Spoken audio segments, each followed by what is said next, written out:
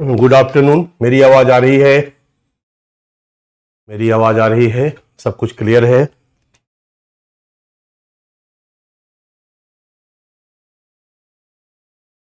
Good afternoon, good afternoon. मेरी आवाज आ रही है आप लोगों को? कैसे हो आप लोग? क्या हाल चाल है? जय हिंद, जय भारत, जय भीम।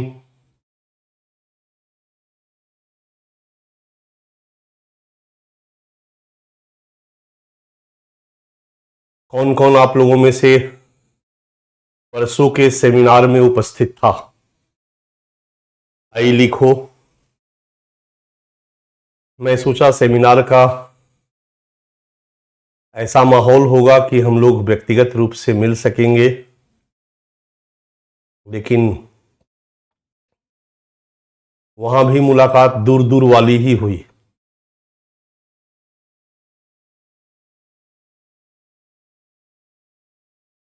आई लिखो तो समझ में आएगा कौन कौन था। केवल आई, ओनली आई। पटना के सेमिनार में जो जो उपस्थित था, आई लिखो बच्चा।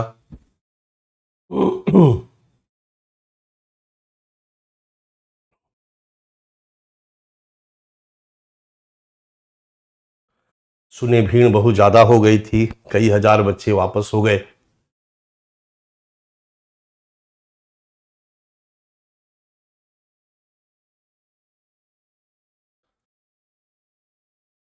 मैंने सोचा था व्यक्तिगत मिलूंगा। कुछ बच्चे मुझे बाहर मिले, उनसे मुलाकात हुई। कुछ बच्चों से बोरिंग रोड में मेरी मुलाकात हुई।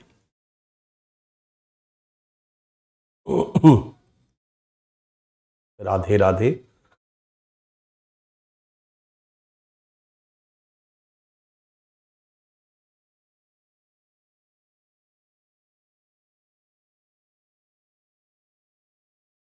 आगे वाला का साइज बढ़ा के भेजूंगा बच्चा, चिंता मत करो, पीडीएफ वाला। ठीक है। एक बच्चे ने कहा उत्तर प्रदेश में कब आएंगे सर? इसी महीने के लास्ट में। इसी महीने के लास्ट में हम लोग इलाहाबाद आ रहे हैं। संभवतः हम लोग इलाहाबाद इस अप्रैल के लास्ट में आएंगे बच्चा। संभवतः मतलब ऐसी संभावना है। तो यूपी वाले बच्चों से भी मुलाकात होगी। चलो, मुलाकात तो ऐसे हम लोग कर ही रहे हैं, आमने सामने। बस बीच में एक कैमरा है और तुम्हारे पास एक मोबाइल है।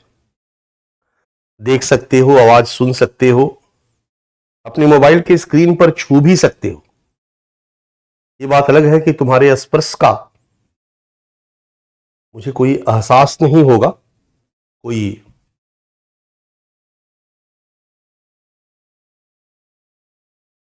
संवेदन नहीं होगा। चलिए हम लोग क्लास को शुरू करें। तो फिर से आप सभी को एक बार नमस्कार, गुड आफ्टरनून। और अपने टॉपिक पे आते हैं,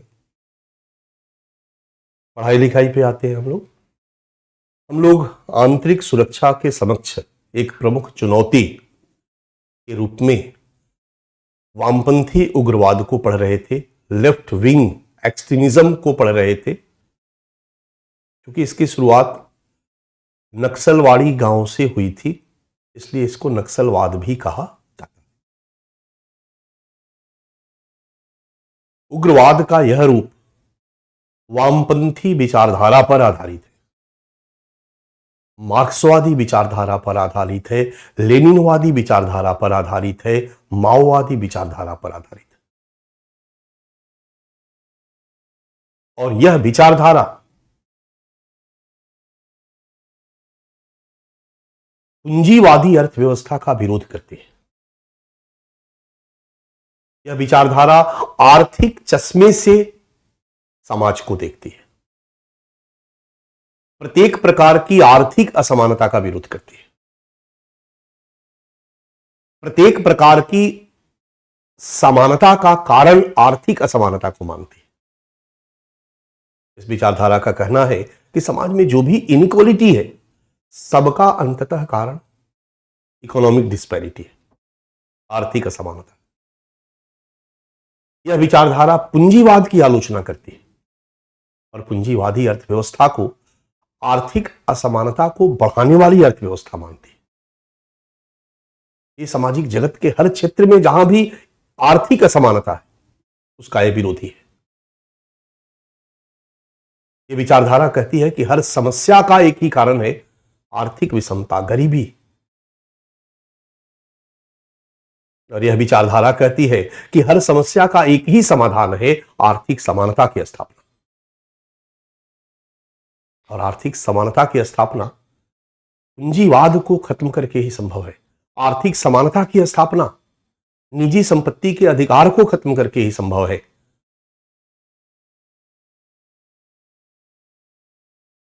आर्थिक समानता से युक्त समाज को इस विचारधारा ने साम्यवादी समाज का नाम दिया और इसका कहना है कि साम्यवादी समाज सुधार करके नहीं लाया जा सकता है। साम्यवादी समाज हिंसा के द्वारा लाया जा सकता है, हिंसक आंदोलन के द्वारा लाया जा सकता है,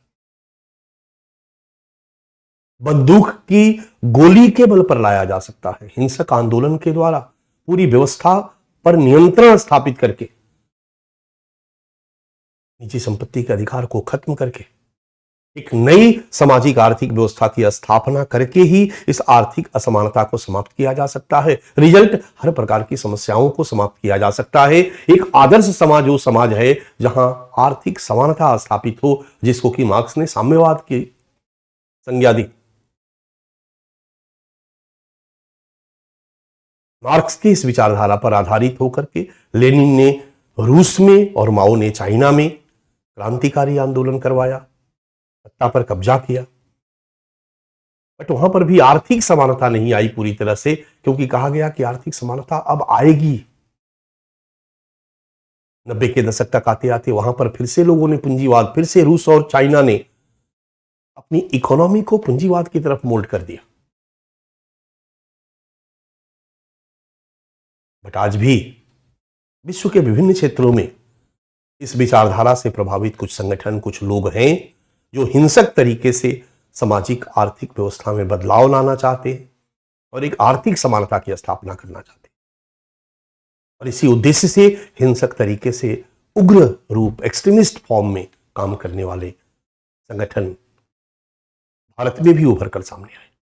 मैंने आपको बताया कि भारत में वामपंथी उग्रवाद की शुरुआत शुरू में आर्थिक समानता लाने के लिए सुधार के माध्यम से कम्युनिस्ट पार्टी बनी, लेकिन हिंसक तरीके से आर्थिक समानता लाने की दिशा में प्रयास 1967 में भारत में शुरू होती है। नक्सलवाड़ी गांव से ये वामपंथी उग्रवाद की शुरुआत होती है, इस हिंसक आंदोलन की शुरुआत होती है।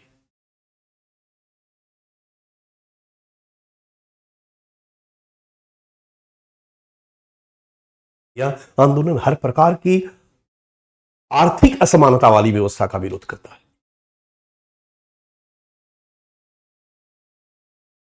सरसर से होने वाला आंदोलन धीरे धीरे, मैंने आपको बताया कैसे एमसीसी, पीडब्ल्यूजी और 2004 में सीपीआईएम, माओइस्ट के गठन तक मर्ज होकर के एक संगठन बनाया गया, अम्ब्रेला ऑर्गेनाइजेशन माओइस्ट। और इसके बाद भारत में इस हिंसक आंदोलन की तीव्रता में वृद्धि होती है। ढेर सारे नक्सली अटैक, आक्रमण होते हैं, नक्सली हिंसा होती है, लोग मारे जाते हैं। और ये भारत की आंतरिक सुरक्षा के सामने आज के डेट में बहुत बड़ी चुनौती मानी जा रही है।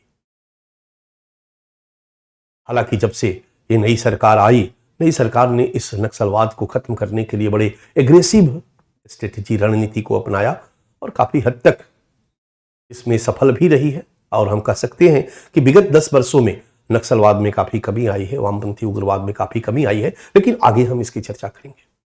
हम ये तो जरूर कहेंगे कि सरसर से शुरू होने वाला यह वामपंथी उग्रवाद या नक्सलवाद आज भारत की आंतरिक सुरक्षा के सामने सबसे बड़ी चुनौती है।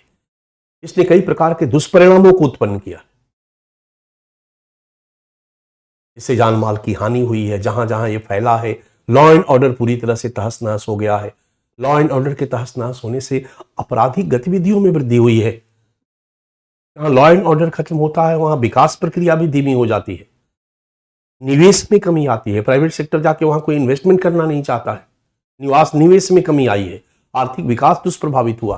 टेस्ट टेस्ट टेस्ट टेस्ट हम लोगों ने पिछले क्लास में वामपंथी उग्रवाद के दुष्परिणामों तक पढ़ा है। वामपंथी उग्रवाद या नक्सलवाद के दुष्परिणाम को हम लोगों ने पढ़ लिया था और हमने एक लास्ट डायमेंशन आपके सामने खींचा था, वामपंथी उग्रवाद के कारण। आखिर इस वामपंथी उग्रवाद या नक्सलवाद का क्या कारण है? आज भी ये पूरी तरह से खत्म नहीं हुआ है। इसके पीछे का रीजन क्या है?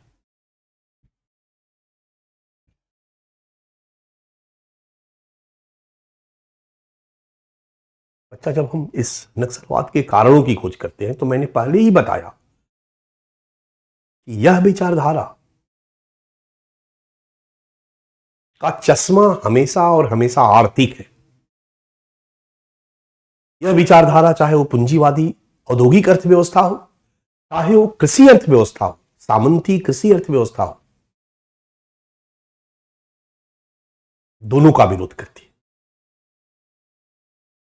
उसका कहना है कि कृषि भूमि पर अगर कुछ लोगों का भू स्वामित्व का अधिकार है, खेत अगर किसी की प्राइवेट प्रॉपर्टी है और वो खेती नहीं करता, दूसरों से, बटाईदारों से, कृषि मजदूरों से खेती करवाता है, तो असली उत्पादक कौन? जो अपने श्रम से खेती करते हैं।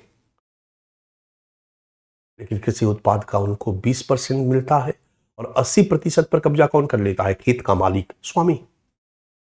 अंग्रेजी शासन काल में जो लाइन टेन्योर सिस्टम था, जमींदारी व्यवस्था, रैयतवाड़ी व्यवस्था, माहलवाड़ी व्यवस्था, उसने अंग्रेजी शासन काल में ही एक अन्यायपूर्ण कृषक संरचना को जन्म दिया, जहां कृषि के क्षेत्र में विषमता चरम पर थी।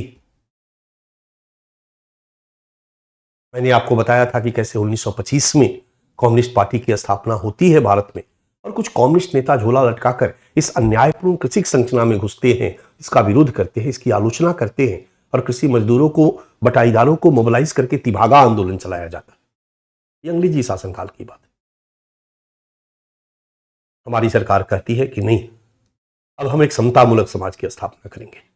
हमारे संविधान की प्रस्तावना में समाजवाद को समाहित किया जाता है। ये बात अलग है कि शब्द बाद में लाया गया, लेकिन हमारे संविधान का आदर्श है समाजवाद, सामाजिक न्याय, एक समतामूलक समाज की स्थापना करना।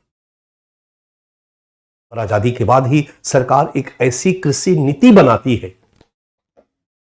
जो एक समतामूलक स्थापना, कृषि समाज की स्थापना की ओर उन्मुख है। सामाजिक न्याय से युक्त विकास के लक्ष्य को लक्षित किया जाता है। सोशल जस्टिस में मैं पढ़ा चुका हूं। तो सबसे पहले कृषि नीति में भूमि सुधार कार्यक्रम को लॉन्च किया जाता है। कानून बनाकर जमींदारी व्यवस्था को समाप्त कर दिया जाता है। कृषि भूमि में विद्यमान असमानता को दूर करने के लिए सीलिंग कानून लाया जाता है। 30 एकड़ 40 एकड़ से ज्यादा जिसकी भी जमीन होगी, सरकार उस जमीन को जब्त कर लेगी और भूमिहीनों में बांट देगी। ग्रामदान आंदोलन चलाया जाता है, भूदान आंदोलन चलाया जाता है, और कृषक संबंधों में बराबरी लाने का प्रयास किया जाता है। साथ साथ कृषि के आधुनिकीकरण पर बल दिया जाता है ताकि कृषि उत्पाद को बढ़ाया जा सके और उस बढ़े हुए उत्पाद का लाभ सबको मिले, सबके पास थोड़ा थोड़ा खेत हो। लेकिन बच्चा, ये भूमि सुधार कार्यक्रम या कृषि नीति व्यवहार में 10, 15, 20 सालों तक फलित नहीं हो पाती। इसे आजादी के बाद भी ये मार्क्सवादी नेता इस कृषि नीति का विरोध करते हैं, अन्यायपूर्ण कृषि संरचना का विरोध करते हैं, आर्थिक विषमता का विरोध करते हैं, और अंततः यही विरोध किसान सभा के नेतृत्व में आगे बढ़ता है, और यही विरोध जाकर 1967 में एक हिंसक आंदोलन का रूप धारण कर लेता है। ये कहानी मैंने आपको बताया था। 1967 में नक्सलवाड़ी गांव में जमींदार के खलिहान में से अनाज निकाल करके जो बटाईदार होता है उस पर लाल झंडा गाड़ देता है और कहता है कि नहीं, 2 हिस्सा हमें देने के बाद ही आप 1 हिस्सा ले जाओ, असली तो खेती हम कर रहे हैं। जमींदार की तरफ से लठैत आते हैं, गोलियां चलती है, 10 किसान मारे जाते हैं, 10-12 किसान, और यहीं से आंदोलन हिंसक हो जाता है।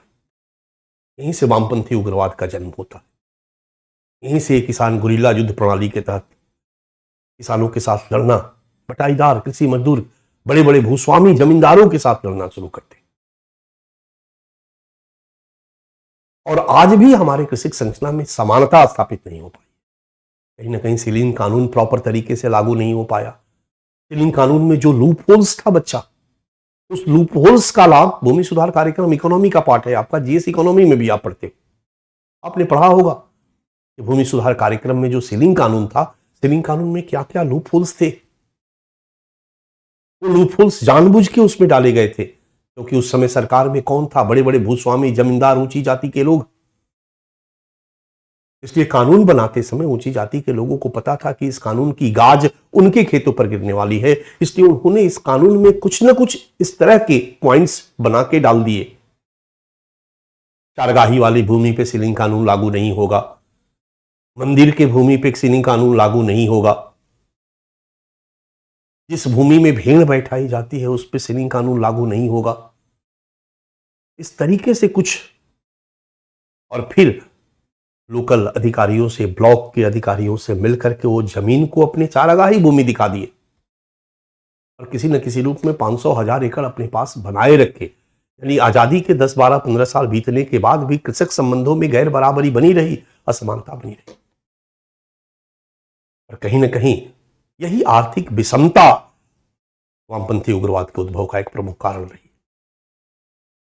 हम वामपंथी उग्रवाद के उद्भव में भूमि सुधार कार्यक्रम की असफलता को भी मानते हैं। कहा जाता है कि लैंड रिफॉर्म प्रोग्राम पश्चिम बंगाल में सक्सेसफुल रहा, केरला में सक्सेसफुल रहा।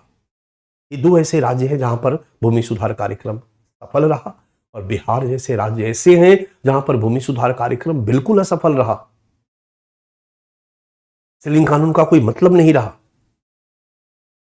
भूमि सुधार कार्यक्रम का एक लंबे समय तक लूप होल्स रहा कि जो सीलिंग की सीमा निर्धारित की जाएगी वो प्रति व्यक्ति निर्धारित की जाए। अब 40 एकड़ अगर भूमि सीलिंग की सीमा है तो हमने क्या किया? हमने 40 एकड़ अपने नाम पे जमीन करवा लिया। मेरे पास 1000, 2000 एकड़ जमीन था।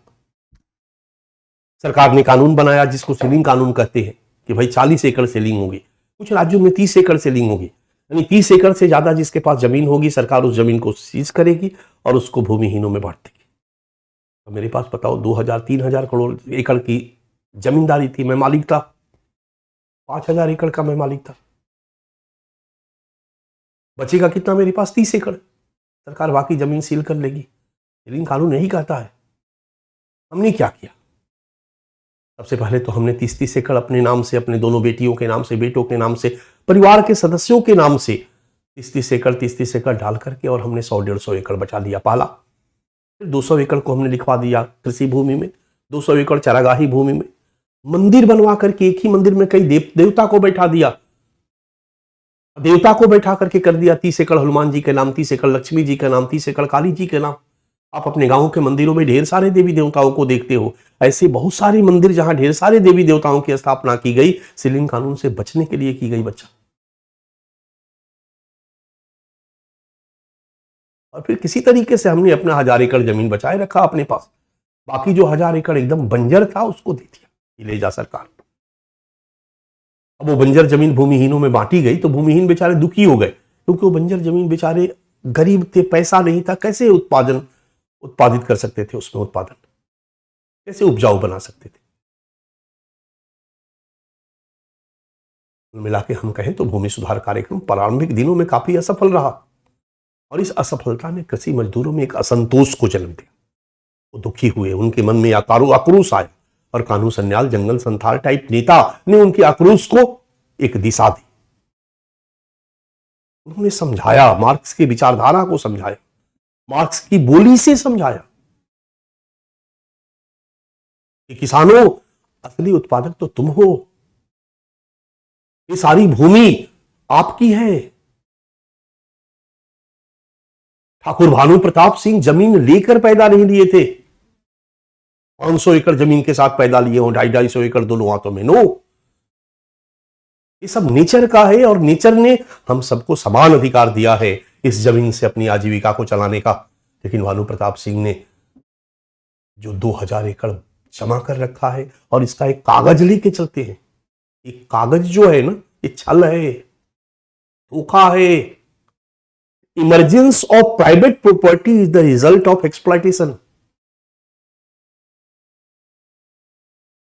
ये विचारधारा कहती है कि निजी संपत्ति का जो उद्भव है ना, ये शोषण का परिणाम है। निजी संपत्ति नाम की चीज को नेचर ने नहीं बनाया। ये 5 पेड़ तेरा, 5 पेड़ मेरा। जंगलों में हम रहते थे तो ऐसा कहीं कोई बटा हुआ नहीं था। इस तरह से जंगलों के जानवर स्वतंत्र होते हैं कहीं पर भी अपने पानी पीने के लिए, पत्ता खाने के लिए। हम सभी स्वतंत्र हैं इस प्रकृति से अपनी आवश्यकताओं को पूरा करने के लिए, लेकिन कुछ पापी मनुष्यों ने प्रकृति पर कब्जा करके निजी संपत्ति के अधिकार को जन्म दिया और कहा कि ये मेरा।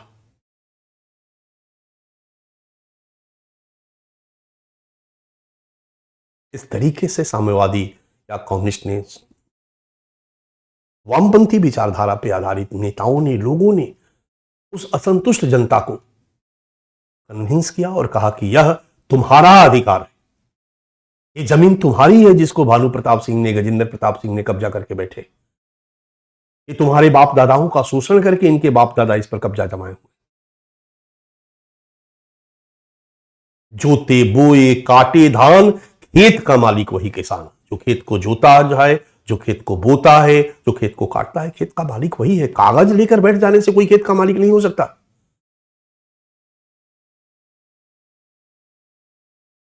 तुम्हारा हक है और तुम्हारा धर्म है कि तुम अपने हक को प्राप्त करो, और ये हक आसानी से नहीं मिलेगा बच्चा। मजदूरों, ये हक तुम्हें हथियार के बल पर लेना होगा, क्योंकि ये पापी पूंजीपति अपना हक छोड़ने वाले नहीं है। पुलिस भी इनके साथ है। उठा लो कट्टा, काट डालो इन लोगों को। ऐसे भी तुम कौन रईस वाली जिंदगी जी रहे हो? तुम्हारी जिंदगी तो ऑलरेडी कीड़े मकोड़े की तरह है। खोने के लिए तुम्हारे पास बेड़ियों के सिवा और कुछ नहीं है, और पाने के लिए सारा संसार पड़ा है। उठो, जागो, उठा लो कट्टा और काट डालो इन भूस्वामियों को। सोचो, वामपंथी विचारधारा इतनी खतरनाक है कि इस विचारधारा को केंद्र में रख करके कोई वामपंथी नेता भाषण देता था तो कई नौजवान, गरीब नौजवान, जो अन्यायपूर्ण कृषक संरचना से दुखी थे, जो भूमि सुधार कार्यक्रम की असफलता से दुखी थे, कार्यक्रम में कारण भी मैं आ रहा हूं सामने, उन्होंने इन नेताओं की बात मानी, हथियार उठा लिए, इनके संगठन में शामिल हो गए और गुरिल्ला युद्ध प्रणाली के तहत हिंसा करना शुरू कर दिया। तो कहीं ना कहीं अन्यायपूर्ण कृषक संरचना और आर्थिक विषमता इसका एक प्रमुख कारण रहा है। भूमि सुधार कार्यक्रम की असफलता इसका एक दूसरा प्रमुख कारण।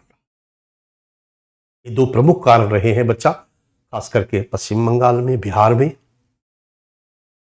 जो नक्सलवाड़ी क्षेत्र था, यहां पर वामपंथी उग्रवाद के उद्भव का।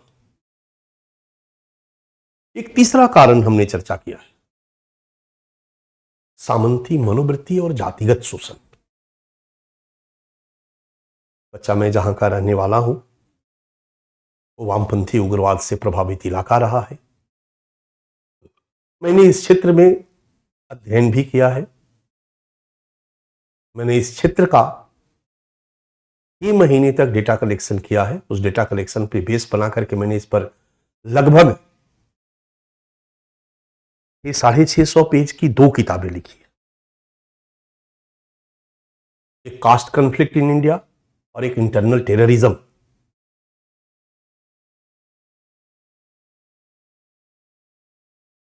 और हमने जो इस पर फोकस्ड होकर के जो देखा अपने इलाके में, अपने क्षेत्र में, हमारे इलाके में बहुत सारी ऐसी नक्सली हिंसा की घटनाएं हुई जिसके मूल में कहीं ना कहीं फ्यूडल मेंटेलिटी थी, सामंती मनोवृत्ति। सामंती मनोवृत्ति का मतलब होता है बच्चा कि हमारे दादा बड़े भूसामंत थे, आज नहीं है, पर थे कभी।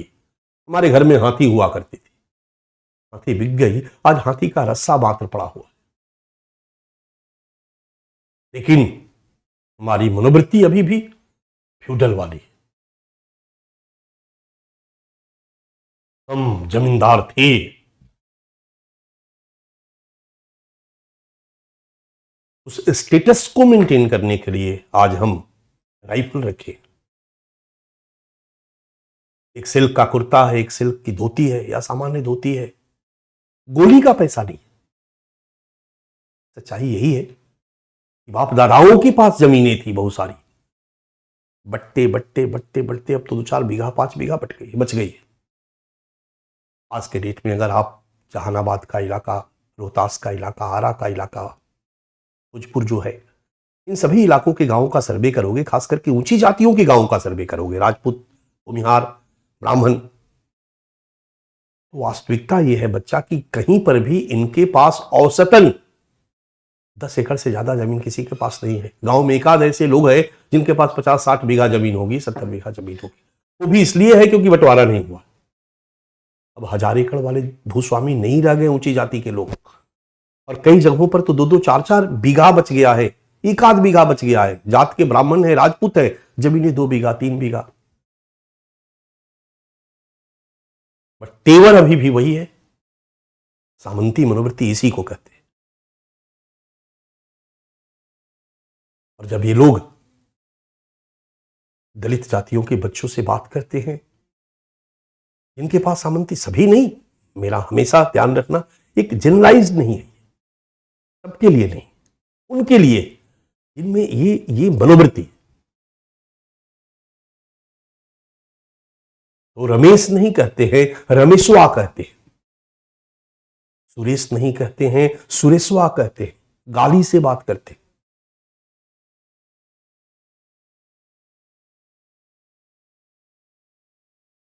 ये आज भी है, अब तो कम हुआ है, लेकिन ये था, ये है। 10-15 सालों 20 सालों के पहले तक ये था, आज कम है। अब रमेश और सुरेश ने सोचा, रमेश सुरेश कौन? जातीय सोपान में नीचे की जातियों के बच्चे। इन्होंने सोचा कि ये गजेंद्र के पिता के पास 500 एकड़ जमीन थी, तो वो अपने नौकर, अपने चरवाह को 2-4 गाली भी दे देते थे, तो इतना पैसा था कि पूछते थे क्या है, या तो बिटिया की शादी है, ले जा 5 क्विंटल अनाज, कोई दिक्कत नहीं है। उनके पास था, वो दे देते थे। लेकिन आज जो भानु प्रताप सिंह है, गजेंद्र प्रताप सिंह है, इनके बच्चे हैं, इनके पास तो 2 ही बीघा जमीन है यार, अपने से अधिक है नहीं। ये तो जुगाड़ में रहते हैं कि रमेश, सुरेश, ढोढ़ा, मंगरू का बच्चा, दलित जाति का बच्चा 1 कप चाय पिलाते, लेकिन तेवर नहीं गया। शादी ब्याह के मौके पर हाथ में राइफल लेकर के, सिल्क का कुर्ता पहन करके निकल जाते, गोली का पैसा नहीं है। दलित जाति के बच्चों के साथ गाली से ही बात करते, झुकने को तैयार नहीं है। एक लंबे समय तक रहा, 10-15 सालों में काफी बदलाव आया है बच्चा, बट आज दलित का बच्चा इसको बर्दाश्त करने को तैयार नहीं है। इसलिए तैयार नहीं है क्योंकि वो शहर जा चुका है, समानता की बातें सुन चुका है, स्वतंत्रता की बातें सुन चुका है, सामाजिक न्याय की बातें सुन चुका है। वो ज्यादा कमा रहा है, खर्च उसके पास बहुत ज्यादा नहीं है, उसकी कमाई सीधे बच रही है। वो चावल दाल सब्जी खाकर के अपने घर से निकला,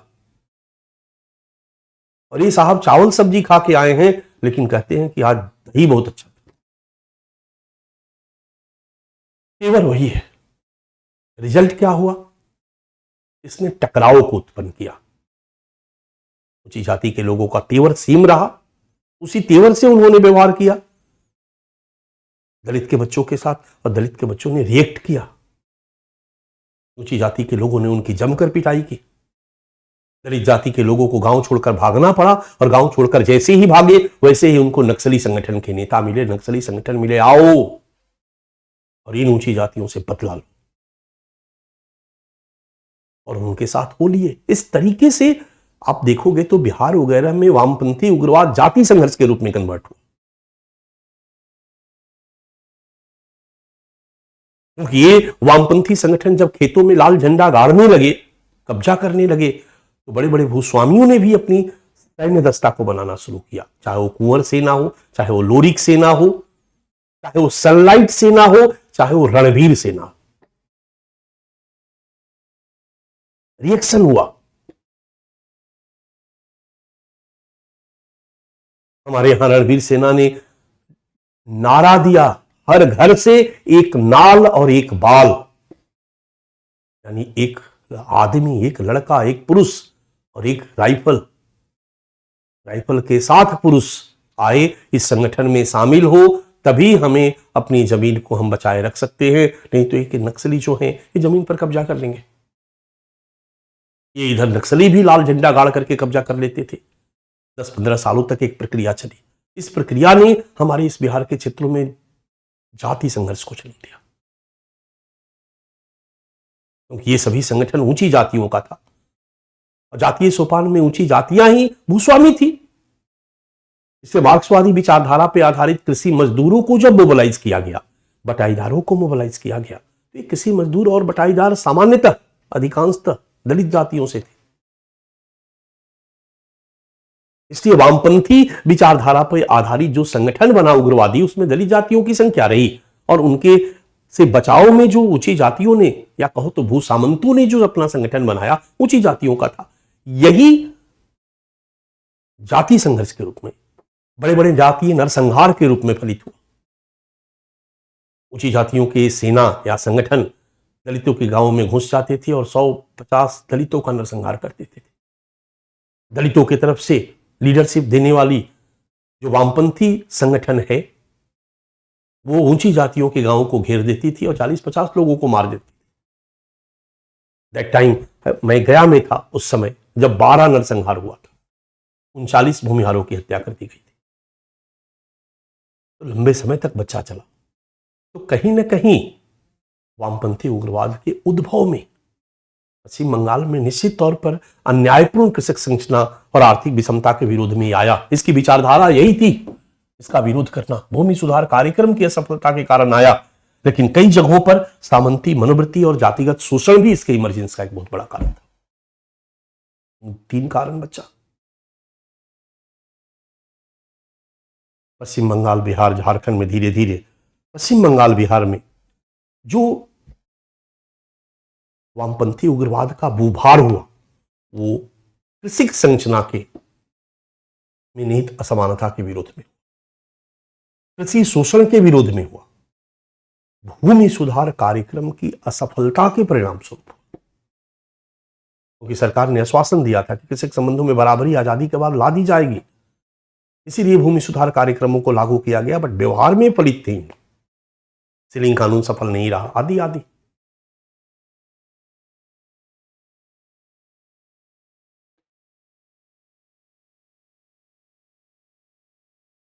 भूमि सुधार कार्यक्रम की असफलता का परिणाम था।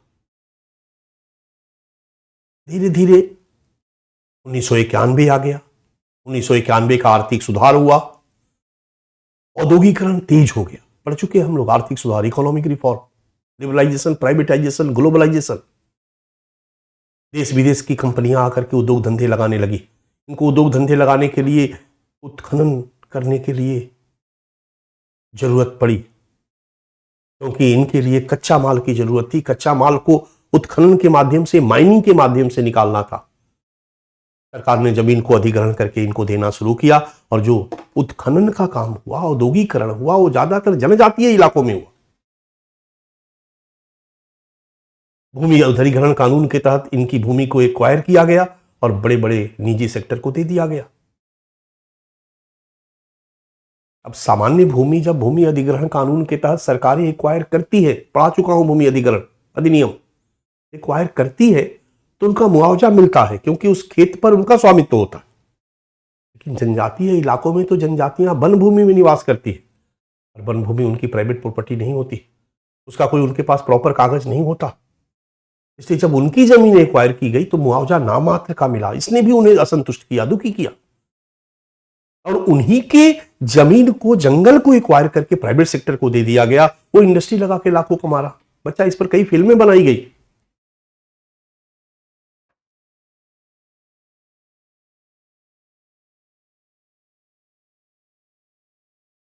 1991 के बाद जनजातियों के क्षेत्र में जो भूमि अधिग्रहण हुआ, उनका विस्थापन हुआ, उनका आर्थिक दोहन हुआ, वन आधारित आर्थिक दोहन हुआ। इसने उनको दुखी किया, उनको असंतुष्ट किया।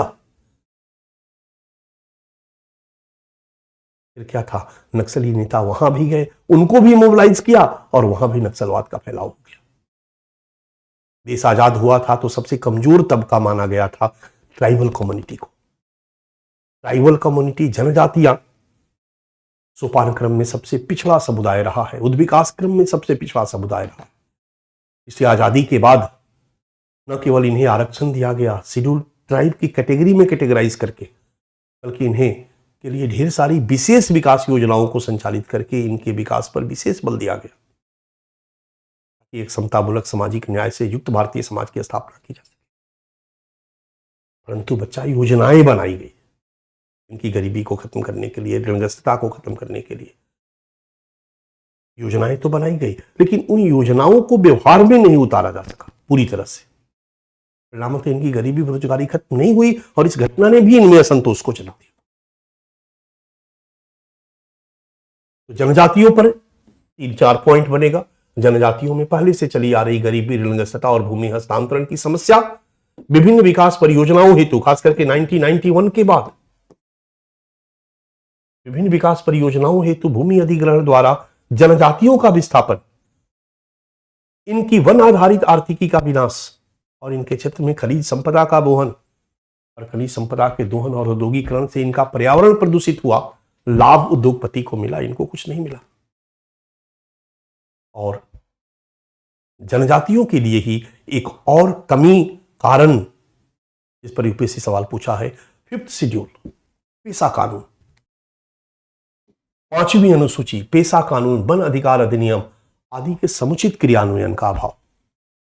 ये जो इनके लिए कानूनी प्रयास किए गए बच्चा, ये प्रयास भी प्रॉपर तरीके से एग्जीक्यूट नहीं हो पाए। 5th शेड्यूल को प्रॉपर तरीके से लागू नहीं किया गया। मैं बड़ा बता चुका हूं आपको 5th schedule, 6th schedule. Polity में भी आपको विस्तार से पढ़ाया गया होगा 5th शेड्यूल और 6th शेड्यूल के टेक्निकल पार्ट।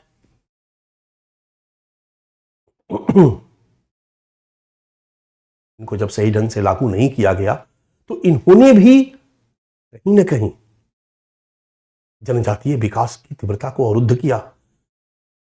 इनको सही ढंग से लागू नहीं किए जाने के कारण जनजातियों के विकास की गति धीमी रही और इस घटना ने भी जनजातियों में असंतोष को जन्म दिया।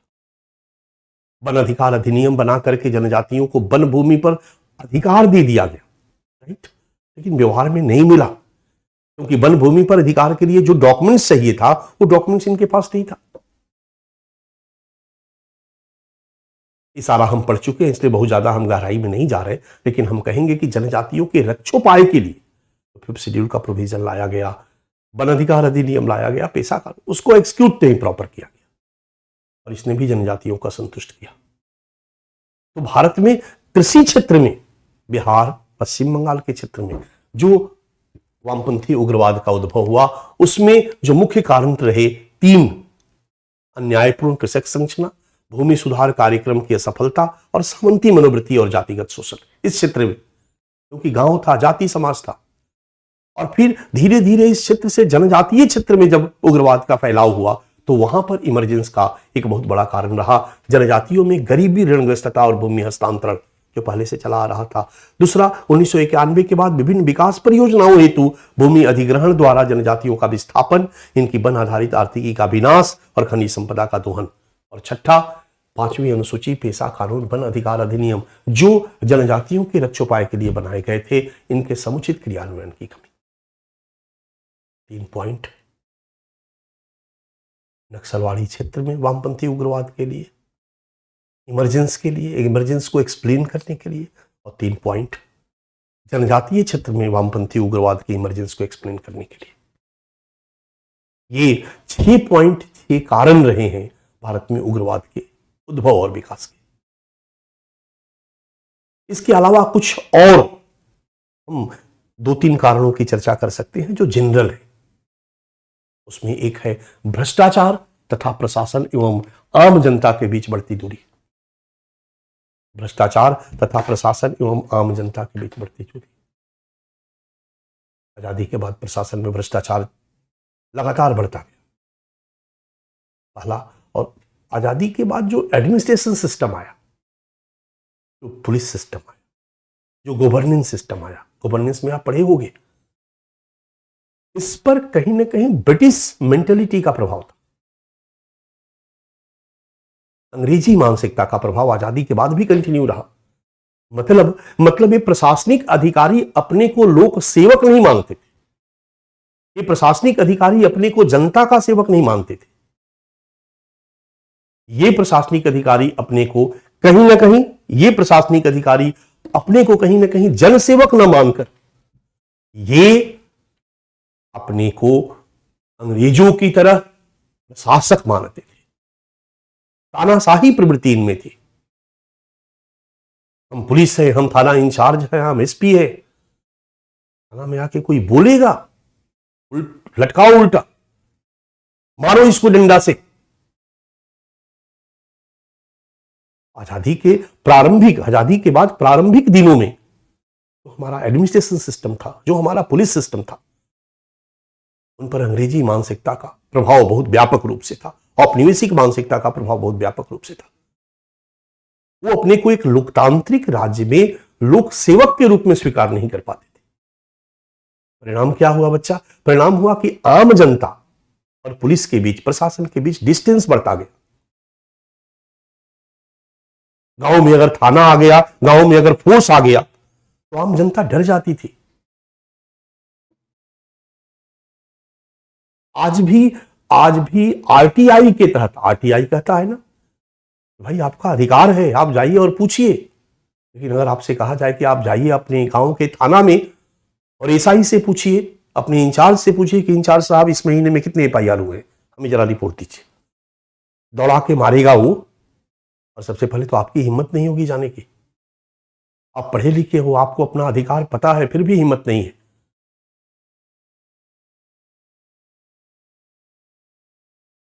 तो एक तरफ विकास योजनाओं में जो भ्रष्टाचार था, उसने जनजातियों के, गरीबों के, दलितों के विकास को पूरी तरह से उन तक पहुंचने नहीं दिया। बेचारे वंचित रहे, बेचारे का विकास नहीं हो पाया।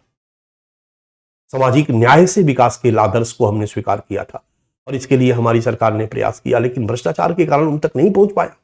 और दूसरा, शासक की इस मानसिकता के कारण आम जनता और प्रशासन के बीच दूरी बढ़ती गई, गैप बढ़ता गया, आम जनता पर भरोसा खत्म होता गया। और तब अचानक भगवान बनकर के आए नक्सली नेता, हम हैं तुम्हारे लिए सोचने वाले। आम जनता सीधे नक्सलियों के साथ हो गई, आम जनता का भरोसा नक्सलियों पर हो गया, आम जनता का हमारे प्रशासन, हमारी सरकार, हमारी पुलिस पर भरोसा घटता चला गया। ये एक कारण था। ध्यान देना, जो जो कारण है उसी को दूर करेंगे तो ठीक होगा, समस्या समाधान होगा। एक कारण था। फिर कुछ छोटे मोटे सपोर्टिव कारण भी रहे हैं, जैसे उपभोक्तावादी संस्कृति का विकास, उपभोक्तावादी संस्कृति का विकास,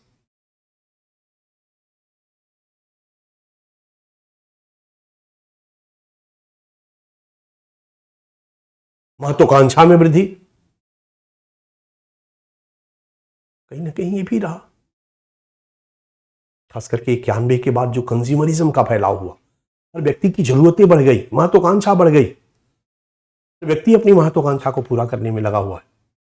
गांव के गरीब से गरीब, दलित से दलित लोगों की महत्वाकांक्षाएं जब बढ़ी और जब उनकी महत्वाकांक्षाएं पूरी नहीं हो पाई, वो दुखी हुए, असंतुष्ट हुए। उन्होंने ऊंची जातियों से, उनके बच्चों से अपनी तुलना की और तुलना करके अभाव का बोध उनको महसूस हुआ कि हम गरीब हैं, हमको नहीं मिल रहा है। और अचानक नक्सली नेता आता है और उनको मोबिलाइज करता है और मोबिलाइज हो जाते। ये नहीं मिलेगा, कभी नहीं मिलेगा तुमको, ये ऊंची जाति के लोग, ये स्वामी वर्ग, ये पूंजीपति वर्ग तुमको कभी नहीं मिलने देंगे, उठा लो कट्टा, इनने के सिवा तुम्हारा और कोई उपाय नहीं है और ये हक है तुम्हारा। यार, इस तरीके से बहलाया गया, बहकाया गया, फुसलाया गया, इनको गुमराह किया गया।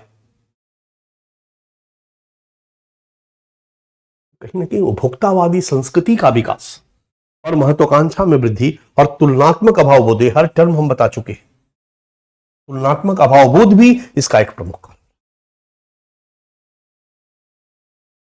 एक और कारण विदेशी शक्तियों की भूमिका, थोड़ा सा चर्चा हम कर सकते हैं। खास करके चाइना का संदर्भ मैंने आपको दिया था, पाकिस्तान वगैरह तो बहुत एक्टिव नहीं है, बट भारत में नक्सलवाद या वामपंथी उग्रवाद में चाइना की भूमिका थोड़ी बहुत रही है।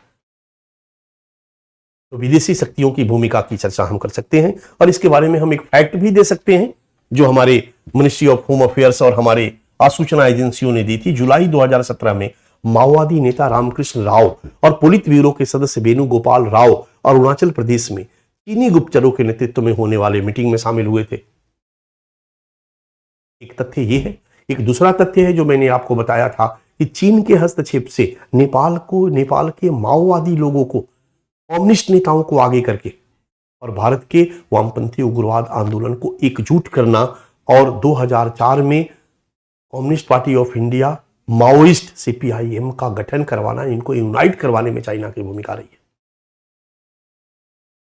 विदेशी शक्तियों की भूमिका भी कहीं न कहीं भारत में वामपंथी उग्रवाद या नक्सलवाद के उद्भव विकास में सहायक रही है।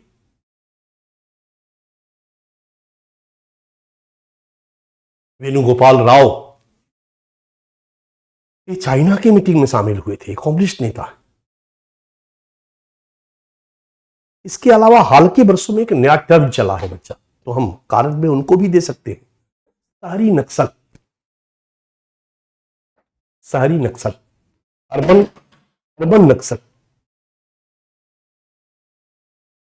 कहा जाता है कि 2004 के बाद बड़े प्लान्ड वे में भारत में वामपंथी उग्रवाद को फैलाने का प्रयास किया गया। अभी तक वामपंथी उग्रवाद शुरुआत में पश्चिम बंगाल, बिहार में उभरकर सामने आया और यह उभरकर सामने आया कृषि संरचना में निहित असमानता के विरोध में, भूमि सुधार कार्यक्रम की असफलता के विरोध। कृषि संरचना में असमानता अंग्रेजी शासन काल से चली आ रही थी। अंग्रेजी शासन काल में जो अंग्रेजी शासन काल की कृषि नीति थी, पट्टेदारी प्रणाली थी, लैंड टेन्योर सिस्टम था, जमींदारी व्यवस्था, रैयतवाड़ी व्यवस्था, मालवाड़ी व्यवस्था, इसने कृषि संबंधों में विषमता को जन्म दिया। इसने कृषि संबंधों का पूंजीवादीकरण किया, जहां एक तरफ खेतों के बड़े बड़े भूस्वामी और सामंत, तो दूसरी तरफ उनके खेतों में काम करने वाले मजदूर, बटाईदार। सामंत बटाईदारों का शोषण करते थे, खेती बटाईदार और कृषि मजदूर करते थे और उपज का मैक्सिमम हिस्सा हड़प लेता था भूसामंत। पर जब हमारा देश आजाद हुआ तो हमारे नेताओं ने कहा कि नहीं, समाजवाद हमारा आदर्श है, हम आर्थिक समानता से युक्त समाज की स्थापना करेंगे, हम औद्योगिक संबंधों में भी बराबरी लाएंगे और कृषि संबंधों में भी बराबरी लाएंगे। और इसी के लिए कानून बनाकर जमींदारी व्यवस्था का उन्मूलन किया गया, सीलिंग कानून बनाया गया, रैयत व्यवस्था में सुधार किया गया।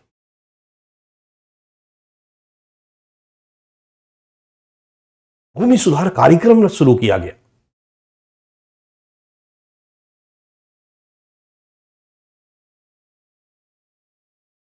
बट व्यवहार में सफल नहीं हुआ तो आजादी के बाद भी इन इलाके में वामपंथी उग्रवाद उभरकर सामने आ गया 1967 में।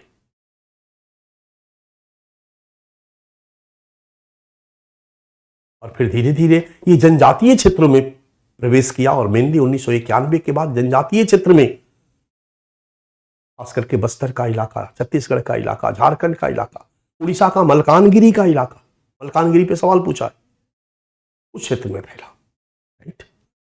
और बच्चा 2004 के बाद, 91 के बाद जनजातीय क्षेत्रों में इसका विस्तार हुआ। 2004 के बाद इसने बड़ी प्लानिंग से युवा बुद्धिजीवी वर्गों को, खास करके शहर में अपने प्रवेश को सुनिश्चित करने का प्रयास किया।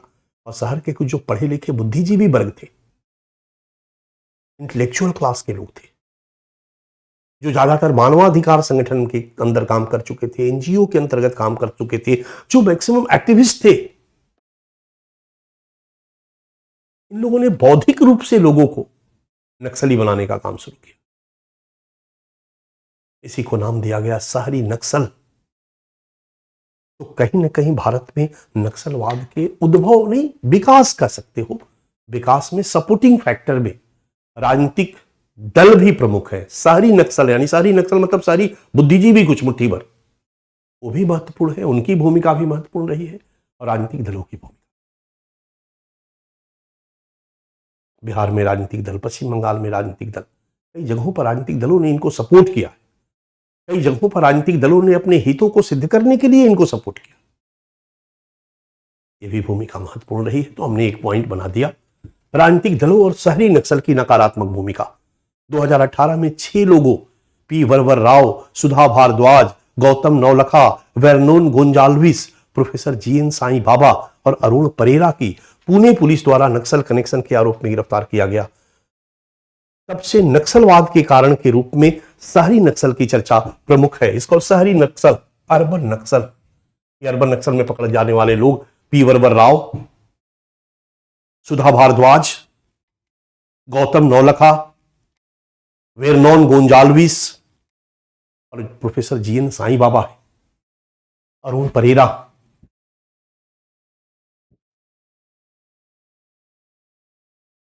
इन लोगों को पुलिस ने गिरफ्तार किया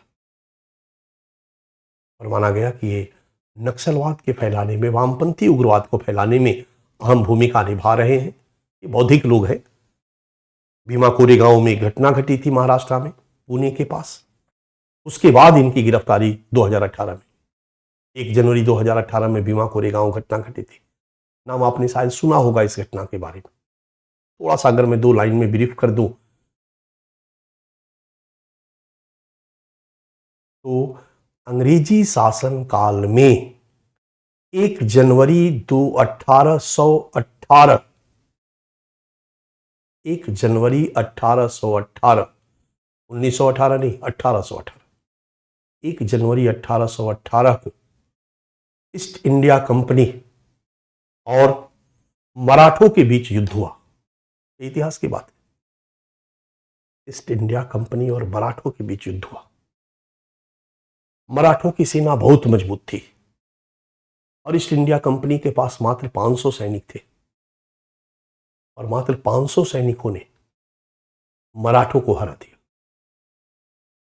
यहां तक तो क्लियर है। ईस्ट इंडिया कंपनी के 500 सैनिकों ने मराठों के 5000 सैनिकों को हरा दिया। परंतु ये 500 ईस्ट इंडिया कंपनी के सैनिक कौन थे? इंडियन ही रहते हैं ईस्ट इंडिया कंपनी में सैनिक, इंडियन ही थे। ये महाराष्ट्र की महार जाति के थे और महार जाति महाराष्ट्र में दलित जाति के रूप में गिनी जाती है, राइट। तब से प्रत्येक 1 जनवरी को दलित जाति या महार जाति के लोग इस घटना को अपने सम्मान के रूप में मनाते हैं, एक प्रकार से आत्मगौरव दिवस के रूप में मनाते हैं। क्लियर है? लगातार। और भारत का हर दलित नेता इस भीमा कोरेगांव, वो जगह है जहां पर युद्ध हुआ था, भीमा कोरेगांव, इस उत्सव में शामिल होता। मुद्दा ये नहीं था कि अंग्रेजों ने हराया, मुद्दा ये था कि अंग्रेज के महार सिपाहियों ने वीरता के साथ लड़ा और 5000 सैनिकों वाली मराठों की सेना को हराया या मराठों को हराया। ये वीरता का, शौर्य का प्रतीक है, महारों के शौर्य का प्रतीक है।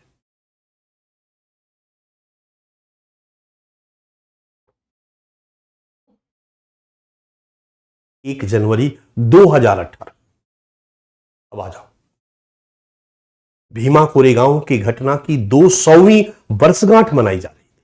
200 साल हो चुके थे। 1818 के बाद 100 साल, 1918, 100 साल 2018। भारत के ढेर सारे दलित नेता, उस इलाके के ढेर सारे महार जाति के लोग जुटे हुए थे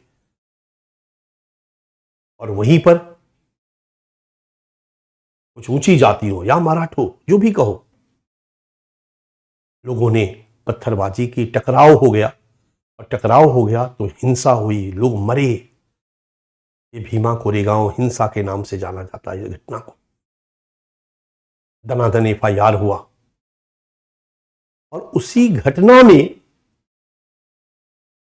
पाया गया कि उस घटना में उन दलित लोगों को और उन सभी चीजों में कुछ लोगों का कनेक्शन है और ये लोग पढ़े लिखे बुद्धिजीवी हैं।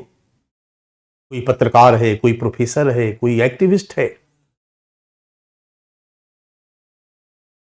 और इनकी भूमिका प्रमुख है। फिर तो हमारे एनआईए के हाथ में केस चला गया। एनआईए ने रिपोर्ट दिया कि ये लोग प्रधानमंत्री मोदी की हत्या की साजिश में थे। ये वो लोग हैं जो कि भारत में नक्सलवाद को सपोर्ट करते हैं, बौद्धिक समर्थन देते हैं, उनके लिए बेस तैयार करते हैं। जहां यूनिवर्सिटी में पढ़ा रहे हैं, जेएनयू हो, कई जगहों पर ये कन्विंस करते हैं युवाओं को, नक्सलवाद को जस्टिफाई करते। इसी को शहरी नक्सल कहा जाता है। और जिन 6 लोगों की गिरफ्तारी हुई थी बच्चा, उनमें से मैंने नाम आपको दिखा दिया, यही लोग थे। तो भारत में नक्सलवाद के या वामपंथी उग्रवाद के उद्भव और विकास के कारणों की चर्चा हम करेंगे। तो 7 कारण प्रमुख है, 2 कारण हमने और दे दिया है, 9 कारण की चर्चा हम कर सकते हैं। ये एक डायमेंशन है बच्चा, और इस डायमेंशन पे आप तैयार कर सकते हो। कारण से ज्यादा सवाल पूछा गया है। अब यहां पर सवाल कहां कहां से बन सकता है, यदि हम कारणों की बात करें तो ध्यान देना, कारणों पे अलग अलग कारणों पे सवाल बन सकता है। इस पर फोकस करके प्रश्न बन सकता है कि अन्यायपूर्ण कृषक संरचना और आर्थिक विषमता किस तरीके से भारत में वामपंथी उग्रवाद के उद्भव में सहायक रही है। इस पर फोकस सवाल बन सकता है, पूछा जा सकता है। भूमि सुधार कार्यक्रम से नक्सलवाद को जोड़ के प्रश्न पूछा जा सकता है। ये आपके लिए इंपॉर्टेंट है। ये नहीं है क्योंकि ये जाति संघर्ष से जोड़ के पूछा जाएगा, बट ये 2 इंपॉर्टेंट है जहां से सेपरेट क्वेश्चन पूछा जाएगा। जनजातियों में नक्सलवाद एक अलग से सेपरेट सवाल बन सकता है। जनजातियों में वामपंथी उग्रवाद के उभार के कौन कौन से कारण हैं, 3 कारणों को प्रमुखता देंगे हम। जनजातियों में वामपंथी उग्रवाद। इसके बाद एक और स्टार टॉपिक है, विभिन्न विकास परियोजनाओं हेतु भूमि सुधार अधिग्रहण और जनजातियों का विस्थापन। वैश्वीकरण से जोड़ के प्रश्न पूछ सकता है। ऐसे वैश्वीकरण की प्रक्रिया ने भूमि अधिग्रहण से जोड़ के प्रश्न पूछ सकता है। वन अधिकार अधिनियम से जोड़ के प्रश्न पूछ सकता है। जनजातियों के विस्थापन ने कैसे उनको नक्सलवाद की तरफ ढकेला है, ये एक सेपरेट टॉपिक के रूप में प्रश्न बन सकता है। 5वीं अनुसूची पे पूछा जा चुका है, कोई नई चीज नहीं है। यानी आपको प्रीवियस ईयर क्वेश्चन दिखाया था, 5th शेड्यूल पे क्वेश्चन पूछा जा चुका है। भ्रष्टाचार अलग से नहीं पूछा जाएगा। उपभोक्तावादी संस्कृति अलग से नहीं पूछा जाएगा, ये सब कारण है। विदेशी शक्तियों की भूमिका अलग से कभी नहीं पूछा जाएगा।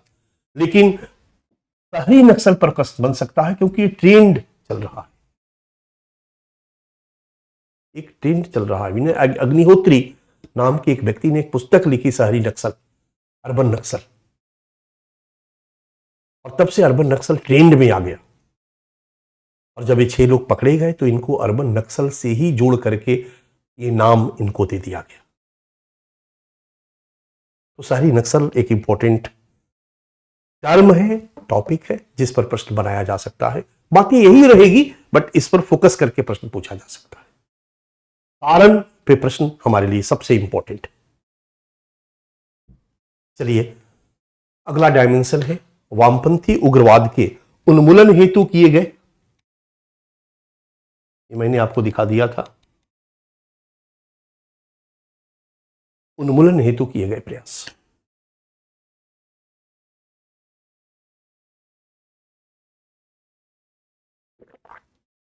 वामपंथी उग्रवाद के उन्मूलन हेतु किए गए प्रयास।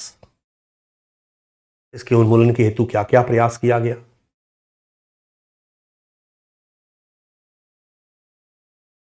उग्रवाद की घटना के लिए तो सबसे पहला प्रयास तो यही होता है कि उग्रवाद एक क्राइम है। अगर कोई कानून को हाथ में लेके किसी की हत्या करता है तो अपराध है, और पुलिस और कानून, न्यायालय इस अपराध को रोकने का प्रयास करता है। और ये किस डिपार्टमेंट के अंतर्गत आता है? मिनिस्ट्री ऑफ होम अफेयर्स के अंतर्गत आता है। वामपंथी उग्रवाद के उन्मूलन या हर प्रकार के उग्रवाद के उन्मूलन में अहम भूमिका होती है भारत के गृह मंत्रालय की। राज्य स्तर पर गृह मंत्रालय हो या केंद्र स्तर पर गृह मंत्रालय हो, ministry of home affairs. But specially वामपंथी उग्रवाद के लिए 2006 में हमारे गृह मंत्रालय के अंतर्गत एक अलग से नक्सल प्रबंधन विभाग बनाना पड़ा।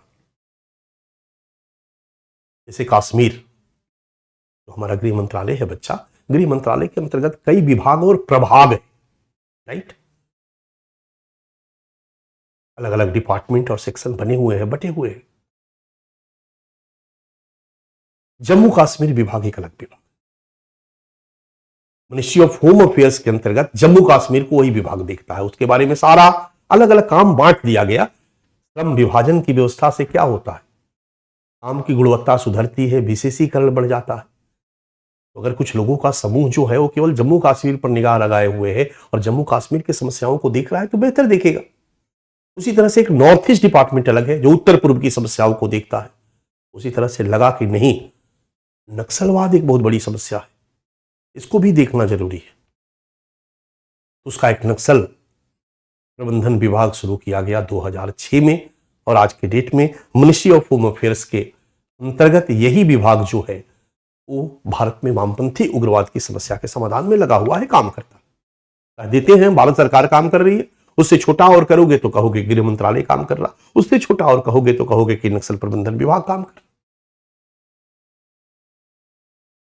ये प्रयास ही है, किए गए प्रयास में। इन प्रयासों में हम नीतिगत प्रयास, योजनागत प्रयास, कुछ अलग अलग बांट करके प्रयासों की पड़ताल करते हैं। तो नीतिगत प्रयास में हमारी भारत सरकार ने नक्सलवाद या वामपंथी उग्रवाद से निपटने के लिए 2014 में एक रणनीति तैयार करती है। इसको हम 4 डायमेंशन स्ट्रेटेजी कहते हैं, 4 आयामी रणनीति। ये 4 आयामी रणनीति का पहला पार्ट है सुरक्षा। सुरक्षा तो चाहिए ना, पुलिस फोर्स और हर तरह के नक्सली हमले को नाकाम करना, नक्सली हमले को रोकना, नक्सलियों को गिरफ्तार करना एक प्रोसेस है और एक स्थिति का एक पार्ट है और सरकार को इस पर भी काम करते रहना चाहिए और लगातार नक्सलियों के विरुद्ध ऑपरेशन चलाया जाए, उनको गिरफ्तार किया जाए, उनको मारा जाए, टैस। दूसरा है कि लोग नक्सली बनते क्यों, उसके कारणों को खत्म किया जाए। दीर्घकालीन योजना, विकास। अगर विकास हो, डेवलपमेंट तीव्र हो तो नक्सली कोई नहीं बनेगा, नक्सलवाद खत्म हो जाएगा। तीसरा है स्थानीय समुदायों की हकदारी, विकास में हमेशा ध्यान देना, सामाजिक न्याय से युक्त विकास।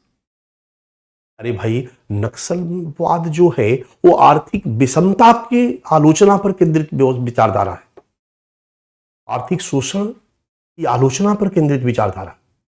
आर्थिक विषमता और शोषण ही नहीं होगा तो नक्सलवाद क्यों आएगा। तो सुरक्षा और सामाजिक न्याय से युक्त विकास भारत सरकार की वामपंथी उग्रवाद नक्सलवाद पर 2014 में 4 आयामी रणनीति पर बल, सुरक्षा, विकास, स्थानीय समुदायों की हकदारी। तीसरा, जो वहां के लोकल लोग हैं उनका जो हक है, जो अधिकार है, वो उन्हें मिलना चाहिए। ये तीसरी स्ट्रेटेजी। और चौथी स्ट्रेटेजी है जन अवधारणा प्रबंधन, मास परसेप्शन मैनेजमेंट। आजकल हमारी सरकार इस पर काफी काम कर रही है।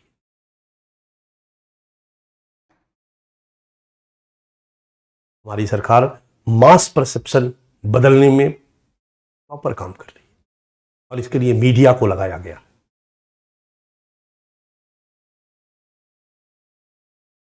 वहां पर भी विभिन्न तरीकों से, मीडिया ही नहीं, विभिन्न तरीकों से मास परसेप्शन मैनेजमेंट का काम चल रहा है। आम जनता की सोच को मैनेज कर दिया जाए ताकि आम जनता नक्सलियों पर विश्वास करने के बजाय सरकार पर भरोसा करे। और आम जनता जब सरकार पर भरोसा करने लगेगी, आम जनता जब लोकतंत्र पर भरोसा करने लगेगी, आम जनता का नक्सलियों पर भरोसा जब खत्म हो जाएगा, नक्सलवाद ऐसे ही खत्म हो जाएगा। क्योंकि नक्सलवाद कोई इंडिविजुअल क्राइम नहीं है बच्चा, कोई 10 करोड़ लूट लिया। नक्सलवाद तो एक सामूहिक उद्देश्यों को प्राप्त करने के लिए किया गया सामूहिक प्रयास है। और जब समूह के लोग ही इसके साथ नहीं होंगे तो अपने आप ही खत्म हो जाएगा। यही 4 रणनीति है हमारे मिनिस्ट्री ऑफ होम अफेयर्स की और इसी 4 स्ट्रेटेजी पर फोकस करके हमारा गृह मंत्रालय नक्सलवाद को खत्म करने के लिए काम कर रहा है। इसी रणनीति को 2017 में हमारे राजनाथ सिंह जी ने, उस समय गृह मंत्री थे ये, बाद में अमित शाह जी आए, नक्सली समस्या से निपटने के लिए एक फॉर्मूला दिया, समाधान। अक्सर हमारी सरकार में इस तरह के फॉर्मूले आते रहते हैं। समाधान का अलग अलग टर्मिनोलॉजी है। एस फॉर स्मार्ट लीडरशिप जरूरी है भाई। A for aggressive strategy, police की कार्रवाई धीमी गति से नहीं होनी चाहिए, एकदम रगड़ डालो। M for motivation and training, किसकी? हमारी पुलिस सिस्टम की। ए फॉर एक्शनेबल इंटेलिजेंस, हमारी आसूचना एजेंसी एक्शनेबल हो। डी फॉर डैशबोर्ड बेस्ड की परफॉर्मेंस इंडिकेटर्स एंड की रिजल्ट एरियाज, टेक्नोलॉजी को यूज किया जाए और टेक्नोलॉजी को बेस बना करके, डैशबोर्ड को बेस बना करके रिजल्ट वगैरह का मूल्यांकन हो कि क्या हुआ क्या नहीं हुआ। H for harnessing technology, technology को भी इसमें मैक्सिमम यूज किया जाए। A for action plan for each threats, हर थ्रेट का एक एक्शन प्लान हो। और N for no access to financing, उनकी हर तरह की फाइनेंसिंग को ब्लॉक किया जाए, वित्त पोषण को ब्लॉक किया।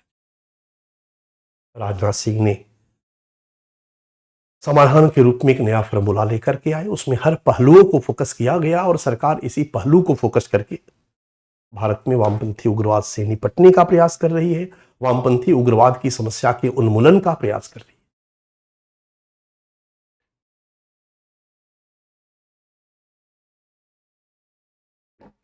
ठीक है, अब आइए संवैधानिक और वैधानिक स्तर पर हम लोगों ने क्या किया। तो सबसे पहले अपराध है तो आईपीसी और सीआरपीसी की धाराएं, 1860 में आईपीसी की धाराएं लागू की गई, अब इसको बदल दिया गया क्योंकि जुलाई से लागू होगा, तो अभी इस पर हम चर्चा नहीं कर रहे, अभी हम आईपीसी और सीआरपीसी ही की चर्चा कर रहे। 1860 में आईपीसी जो हमारे कृत्य को अपराध घोषित करती है, उसके लिए दंड का प्रावधान करती है। अगर इस तरह का कोई व्यक्ति वामपंथी विचारधारा पर आधारित होकर के कोई हिंसक कार्रवाई करता है तो उसको अपराध माना जाता है, उसको दंड दिया जाता है।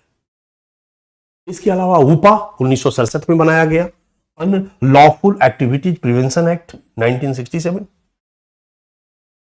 इसके तहत भी नक्सली संगठनों को प्रतिबंधित किया गया। 2004 में सीपीआई जब एम बना तो 2009 में उनको ऊपा के तहत प्रतिबंधित कर दिया गया। इस तरीके से भी हमारी सरकार संवैधानिक वैधानिक रूप से इस समस्या के समाधान में लगी हुई है। इसके अलावा 2006 में वन अधिकार अधिनियम पारित किया गया बच्चा, और वन अधिकार अधिनियम पढ़ चुके हम लोग। वन अधिकार अधिनियम के द्वारा जनजातियों को वन भूमि पर अधिकार दिया गया ताकि जनजातियों का विकास तीव्र हो, जनजातियों में वंचन का भाव नहीं हो, जनजातियों में ये नहीं हो कि उन्हीं की वन भूमि को दूसरा काट के ले जा रहा है, उनसे वंचित कर दिया गया है। जनजातियों में असंतोष को रोका जा सके, वन भूमि पर अधिकार दिया गया इस कानून के द्वारा। 2000 में झारखंड और छत्तीसगढ़ नाम से दो अलग अलग जनजातियों के लिए राज्यों का गठन किया गया। ये 5वीं अनुसूची का क्षेत्र था, इस क्षेत्र में विकास की गति धीमी थी। झारखंड और बिहार एक था, सबसे ज्यादा उत्खनन झारखंड में होता था, इंडस्ट्री झारखंड में लगता था और उसका सारा लाभ बिहार के बाकी क्षेत्रों के विकास में यूज किया जाता था। बेचारे वहां के मूल निवासी झारखंड से उत्पन्न होने वाले लाभों से वंचित है, जैसा कि बलूचिस्तान में मैंने आपको बताया था। सबसे ज्यादा माइनिंग इलाका बलूचिस्तान का है, पैसा बलूचिस्तान से आता है, लेकिन उस पैसे का प्रयोग पाकिस्तान के अन्य क्षेत्रों के विकास के लिए किया जाता है। सेम कहानी यहां भी थी। झारखंड को 2000 में एक अलग राज्य का दर्जा दिया गया ताकि झारखंड के विकास का जिम्मेवारी झारखंड के लोगों को दी गई और झारखंड से आने वाला रेवेन्यू झारखंड के विकास में ही खर्च किया जाएगा। और 2000 से लेकर आज 2024 में हम खड़े हैं, झारखंड का तेजी से विकास हुआ है बच्चा।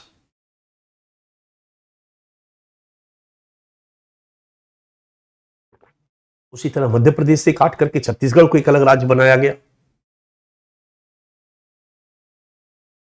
ये भी कहीं ना कहीं संवैधानिक वैधानिक स्तर पर किया गया प्रयास। 2013 में सब कानून पढ़ा चुका, बस याद दिला रहा हूं, समझा रहा हूं। 2013 में land acquisition, rehabilitation and resettlement bill 2013 act बन गया बाद में। इसको एक्ट करो। एक्ट 2013 बनाया गया और इस अधिनियम के द्वारा भूमि अधिग्रहण कानून 1993 जो था बच्चा, उसको न्यायोचित बनाया गया और खास करके जनजातियों के लिए इसमें विशेष प्रावधान डाले गए, जिसको मैं पढ़ा चुका हूं, ताकि जनजातियों की वन भूमि को जब ग्रहण किया जाए, अधिग्रहण किया जाए, तो उनको सही मुआवजा मिले, उनके साथ अन्याय न हो। अन्याय होगा तो असंतोष होगा, असंतोष होगा तो उग्रवादी बनेंगे, अपराधी बनेंगे। कुछ संवैधानिक वैधानिक प्रयास हमने बता दिया। योजनागत प्रयास,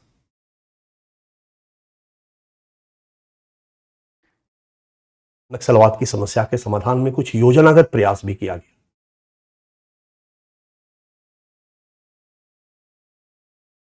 योजनागत प्रयास में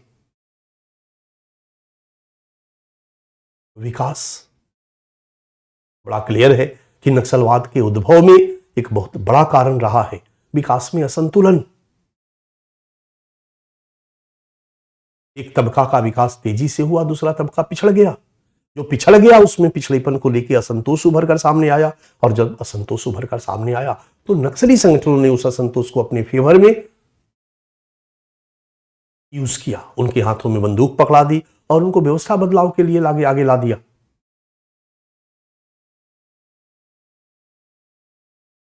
तो कहीं ना कहीं विकास में नहीं, असंतुलन एक बहुत बड़ा कारण रहा।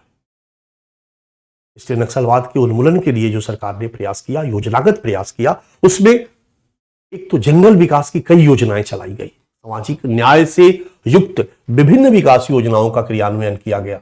ये केवल नक्सली इलाके में नहीं किया गया बच्चा, पूरे भारत में किया गया सामाजिक न्याय से युक्त विभिन्न विकास योजनाओं का क्रियान्वयन।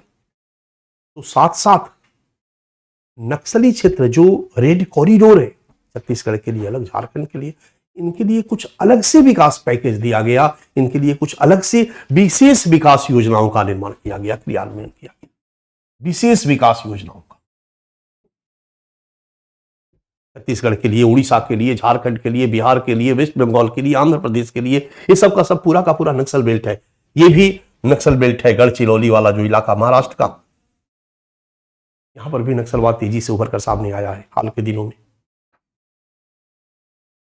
एक सामाजिक न्याय से युक्त विकास योजनाओं का निर्माण और क्रियान्वयन, सामाजिक न्याय से युक्त विकास के लक्ष्य को प्राप्त किया जा सके, विकास का लाभ सबको प्रदान कराया जा सके। दूसरा, जो नक्सलवाद प्रभावित क्षेत्र है वहां के लिए कुछ विशेष विकास योजनाओं का क्रियान्वयन।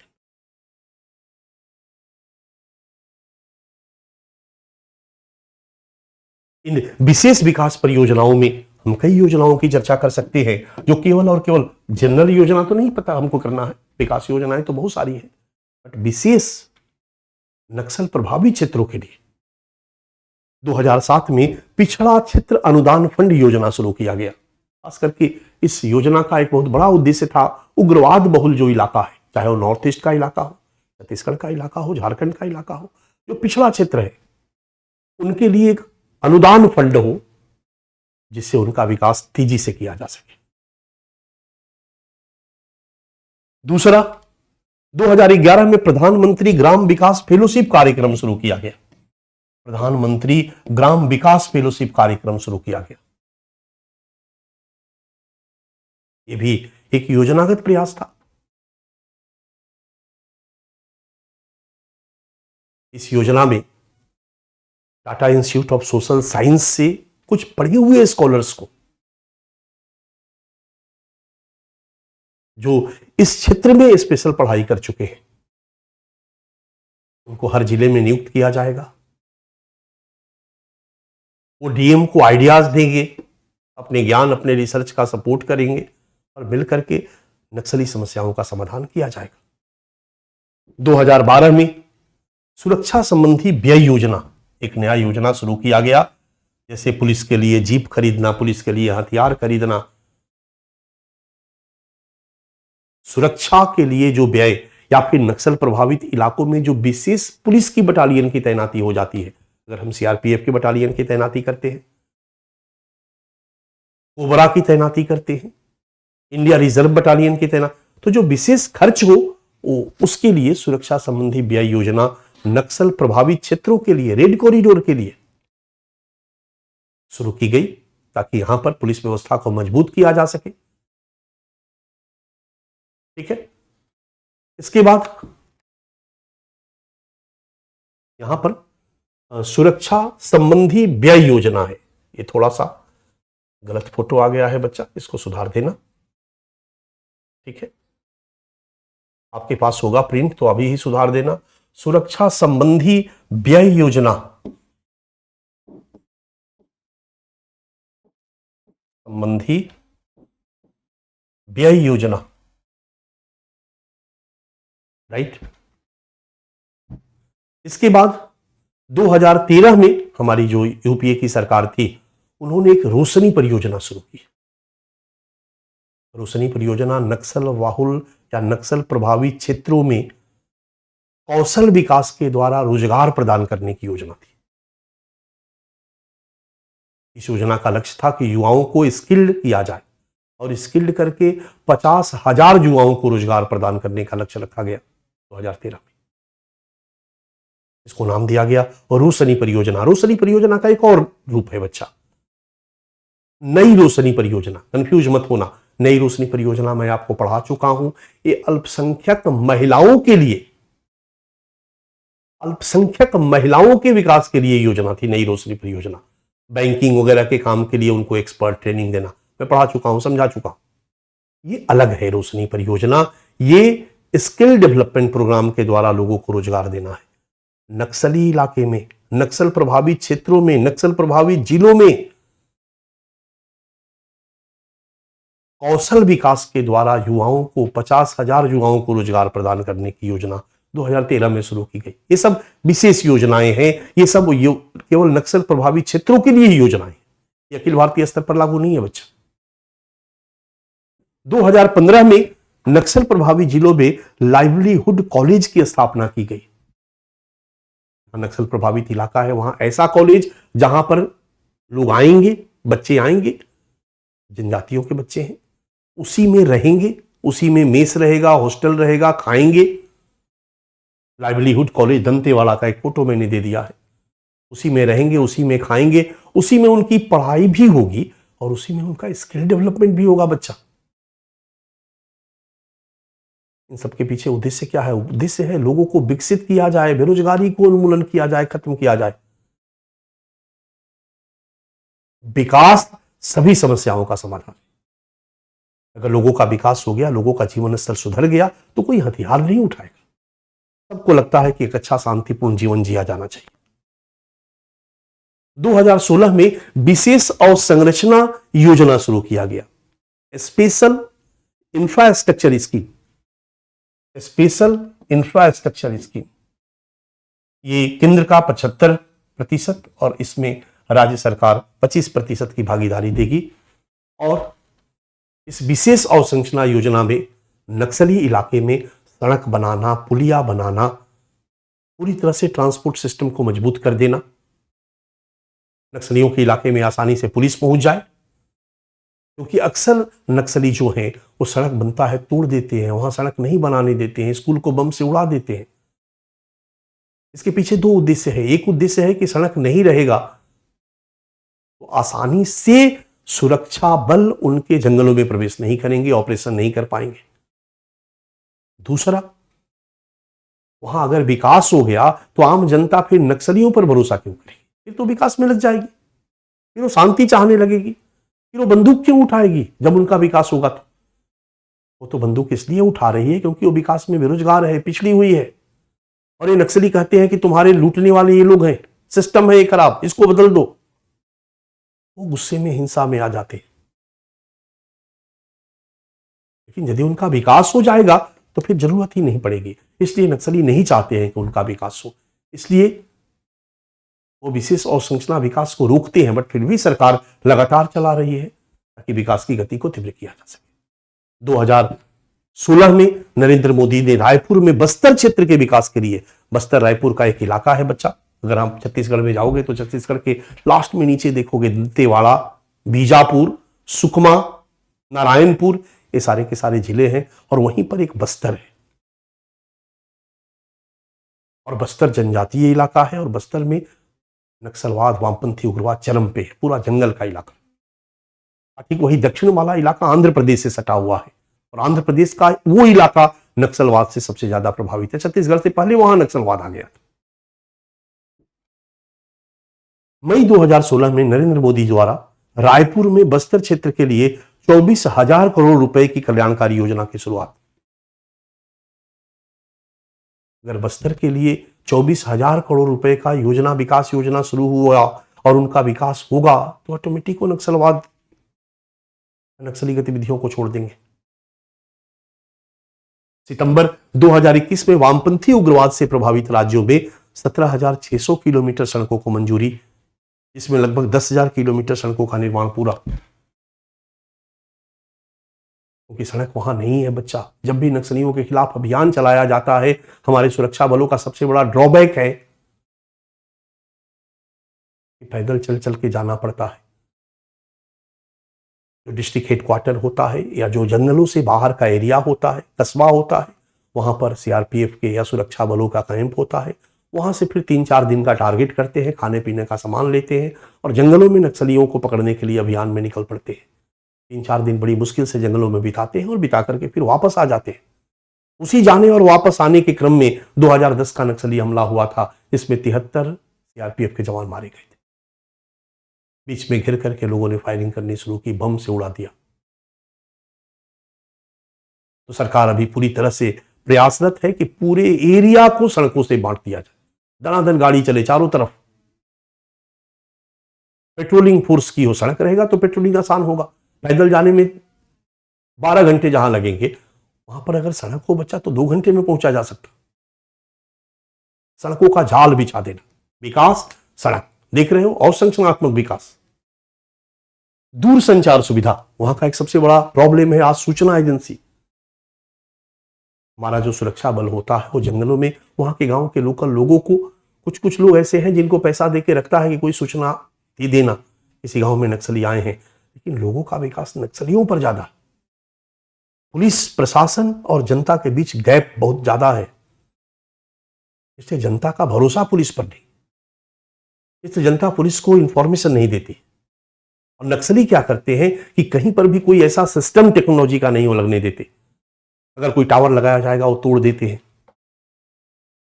सरकार लगातार टावर लगा करके दूरसंचार सुविधाओं को विकसित करने के लिए लगी हुई है। हर जगह टेलीफोन के टावर लगाए जा रहे हैं, इंटरनेट सिस्टम डेवलप किया जा रहा। खास करके टावर उस जगह लगाया जाता है जहां पुलिस का कैंप हो, ताकि पुलिस कैंप होगा तो वहां टावर कोई तोड़ने नहीं आएगा। बट फिर भी जंगल में हर जगह टावर, हर जगह पुलिस कैंप तो है नहीं। बट फिर भी सरकार लगातार कोशिश कर रही है कि वहां पर दूरसंचार सुविधाओं में सुधार के लिए 2343 प्लस 4072 नए मोबाइल टावर और 18 महीने में 2542 अतिरिक्त टावर लगाने का लक्ष्य रखा गया है और ये लगातार काफी हद तक पूरा कर लिया गया है बच्चा। वहां के गरीब लोगों का वित्तीय समावेशन भी जरूरी है और इसके लिए भी सरकार काम कर रही है, क्योंकि 99 का फेर बहुत बड़ा फेर होता है बच्चा। जब आपके पास 2 पैसा आने लगेगा, जब आपका बैंक में अकाउंट खुल जाएगा, जब आपका बैंक में पैसा जमा होने लगेगा, आप अपने पासबुक को देखने लगेंगे, 3,500 हो गया, 3,800 हो गया, 4,000 हो गया, 4,500 हो गया, 7,500, 10,500, 12,500, 14,500, 93,94,000 हो गया, 1 लाख पहुंचा देना। 1 लाख मेरा पूरा हो गया, मेरा जमा पूंजी 1 लाख हो गया। सोचो खुशी, गरीब मजदूर के बैंक में अगर 1 लाख 1.5 लाख आ जाए तो फिर वो 1.5 को 2 करने में लग जाता है, 2 को 2.5 करने में लग जाता है। और उससे कोई अगर नेता कहे कि उठा लो कट्टा, मार डालो इन भूस्वामियों को, दौड़ा के उन्हीं को मारेगा। दिमाग खराब हो गया। मेरा 1.5 लाख हो गया है, मैं और थोड़ा बढ़ाऊंगा तो एक मोटरसाइकिल खरीदूंगा, एक कार खरीदूंगा, टैस। तो सरकार वित्तीय समावेशन के लिए भी लगातार प्रयासरत है। वित्तीय समावेशन हेतु 4,903 डाकघर, 4,903 डाकघर, 1,253 बैंक शाखाएं, 1,264 एटीएम और 16,806 बैंकिंग प्रतिनिधि केंद्र खोले गए हैं।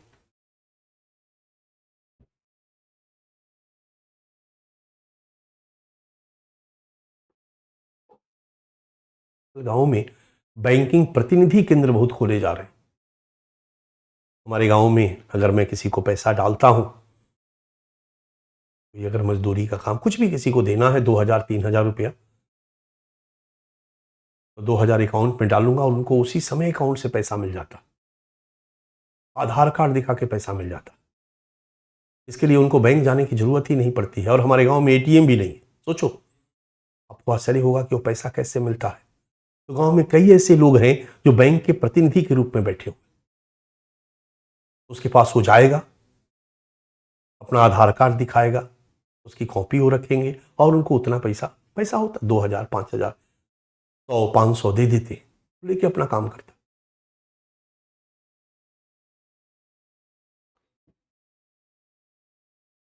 वामपंथी उग्रवाद प्रभावित जिलों में कुल 234 एकलव्य आदर्श आवासीय विद्यालय स्वीकृत किया गया और इनमें से 119 कार्यरत हैं।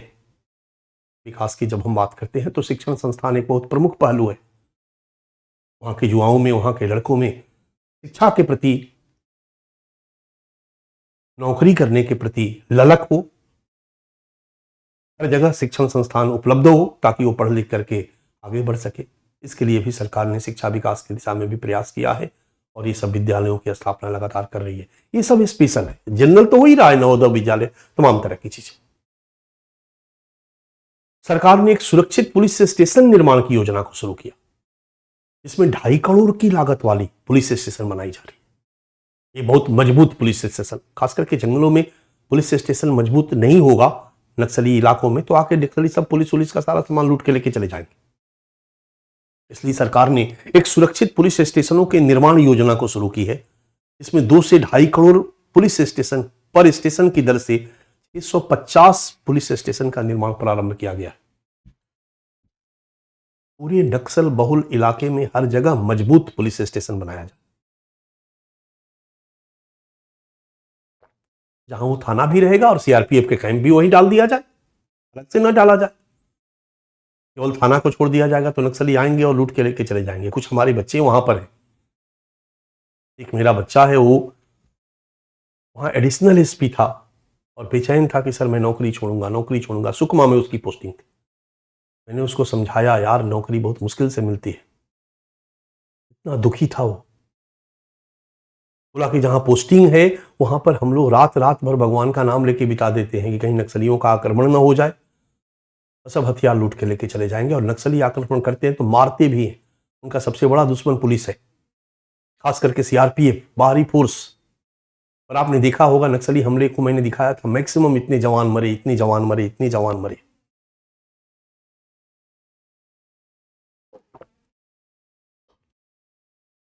अब नक्सल प्रभावित जिलों को एक और कैटेगरी बनाई गई बच्चा, सर्वाधिक प्रभावित जिला। और सर्वाधिक प्रभावित जिलों में 35 जिलों के लिए एक विशेष केंद्रीय सहायता योजना शुरू की गई है। खास करके 35 जिलों में केंद्र की तरफ से एक अलग फंड आएगा, इसका प्रयोग विकास के लिए किया जाएगा। 2017-18 में 175 करोड़ का फंड किया गया जिलों के लिए। अब ये विशेष प्रभावित जिलों की संख्या भी घट गई है। 2021 का डेटा मैं अपडेट नहीं किया हूं, 22 का डेटा एक बार देख ले हुए एनुअल रिपोर्ट में आपको मिल जाएगा। ये भी एक योजना है। इसके अलावा वामपंथी उग्रवाद प्रबंधन स्कीम के लिए केंद्रीय एजेंसियों को सहायता योजना। वामपंथी उग्रवाद प्रबंधन स्कीम के लिए केंद्रीय जितनी भी एजेंसी है उनको सरकार सहायता देती है ताकि वामपंथी उग्रवाद को रोका जा सके। 2020-21 में 69.35 करोड़ का आवंटन किया गया। आप देख रहे हो कि विभिन्न तरीकों से विकास के लक्ष्य की प्राप्ति की दिशा में प्रयास जारी है। तो पहले स्तर पर हमने पहला पॉइंट किए गए प्रयास में क्या दिखाया? संविधान के स्तर पर प्रयास, कानून के स्तर पर प्रयास, अलग अलग कड़ा कानून बना करके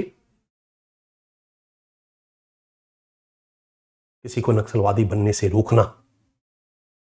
दूसरा हमने दिखाया विकास, हमारी 4 आयामी रणनीति है ना, सुरक्षा, विकास, फिर है हकदारी और फिर है परसेप्शन। तो हकदारी और विकास को मैंने क्लब कर दिया। और दिखाया कि विभिन्न तरीकों से कैसे वहां पर नक्सलवाद के उन्मूलन के लिए नक्सल प्रभावित इलाके के विकास पर बल दिया गया। एक जनरल विकास परियोजनाओं के साथ साथ इन क्षेत्रों के लिए कुछ विशेष विकास परियोजनाओं को आगे बढ़ाया गया, शुरू किया गया। और इस प्रक्रिया में आर्थिक विकास, शैक्षिक विकास और संरचनात्मक विकास और साथ साथ पुलिस वगैरह के स्टेशन वगैरह हर क्षेत्र में विकास की प्रक्रिया जारी है, विकास हो रहा है।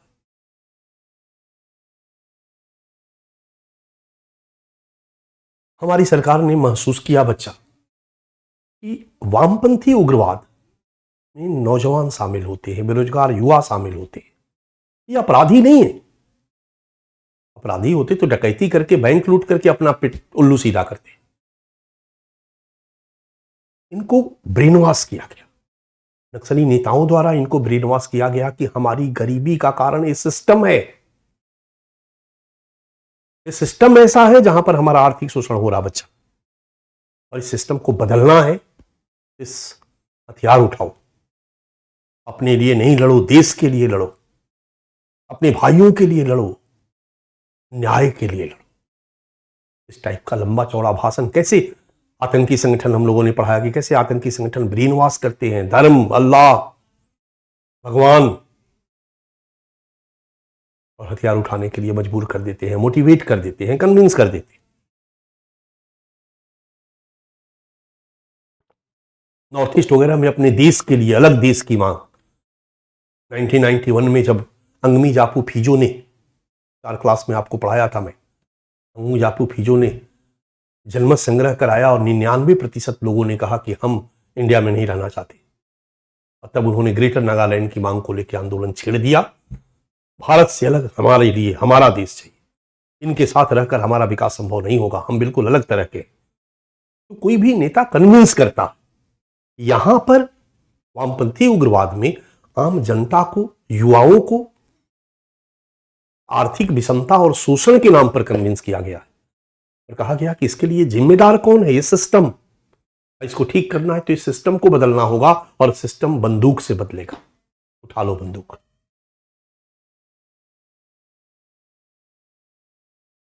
ये नक्सली संगठन युवाओं को कन्विंस करते हैं और उनको नक्सली बना देते हैं।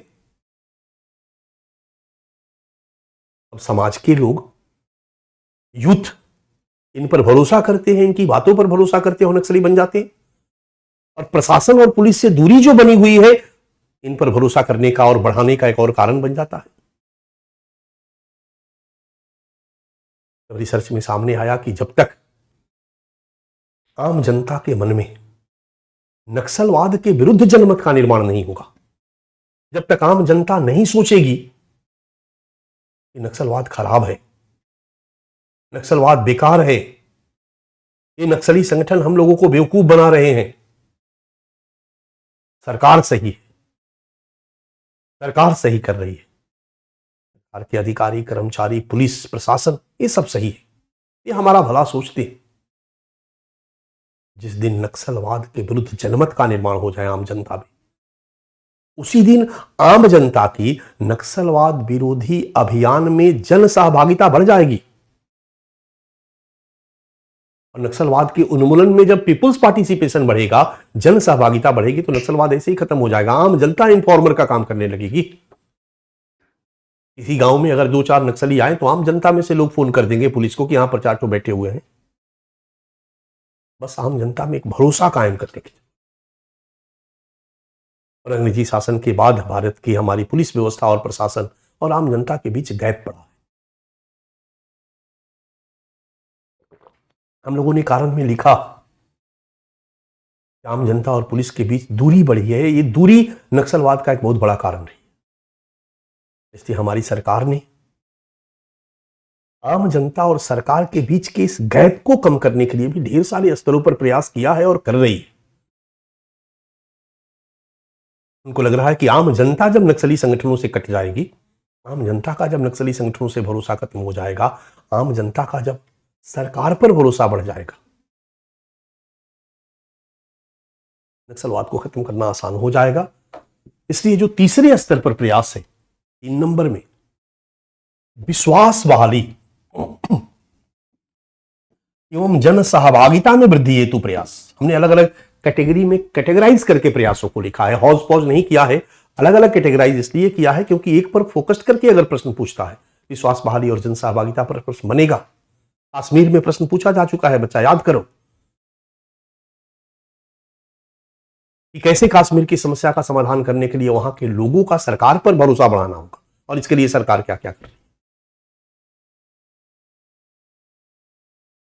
जब तक सरकार पर भरोसा नहीं बढ़ेगा, विश्वास नहीं बढ़ेगा वहां के कश्मीर की जनता का, तब तक आतंकवाद को खत्म करना कठिन है।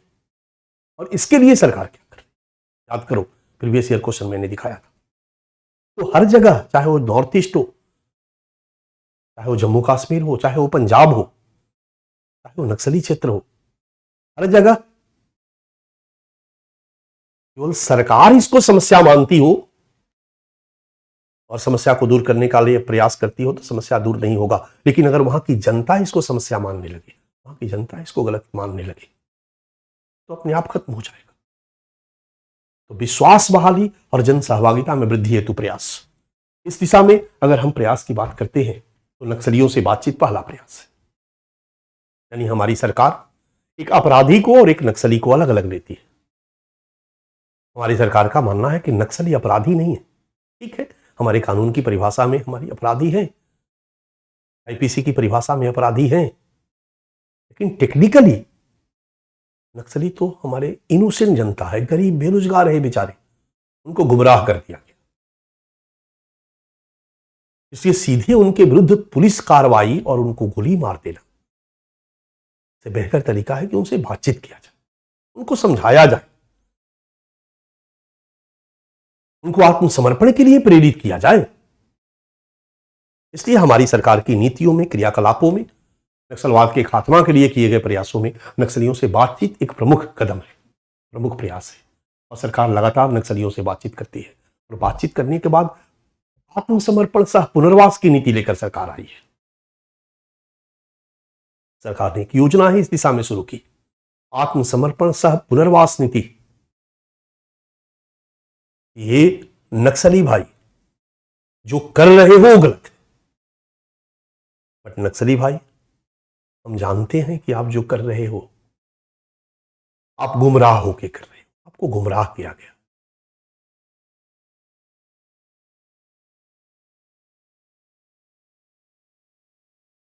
इसलिए हम आपको अपराधी नहीं मानते हैं, हम आपको गोली नहीं मारेंगे यदि आप हथियार डाल दो। चलो आत्मसमर्पण कर दो, गलत रास्ते को छोड़ो, अच्छे रास्ते को अपना करके अपने परिवार बच्चों के साथ एक अच्छा जीवन बिताओ। संभावनाओं की कमी नहीं है। अगर आप समर्पण करते हो तो आपको सरकार 2.5 लाख रुपया देगी, तत्काल दे देगी, बट ये दे के आपके अकाउंट में जमा होगा, उसी समय नहीं मिलेगा। जब जेल से आप निकलोगे बाहर तो आपको मिलेगा। तो 2.5 लाख हो सकता है 3 लाख हो गया हो, 3.5 लाख हो गया हो। इसके अलावा प्रति माह 3,000 4,000 रुपया आपको वजीफा मिलेगा, स्कॉलरशिप मिलेगा, स्टाइपेंड मिलेगा जब तक जेल में रहोगे। तो 4,000 रुपया वजीफा मिल गया 3 वर्ष तक। अगर जेल में गए तो जेल में वजीफा नहीं मिलेगा, ध्यान देना। जेल में गए तो सारा खर्चा तो जेल उठा ही रहा है। जेल से बाहर निकलोगे तो 4 महीने 4,000 प्रति माह वजीफा मिलेगा 3 वर्ष तक।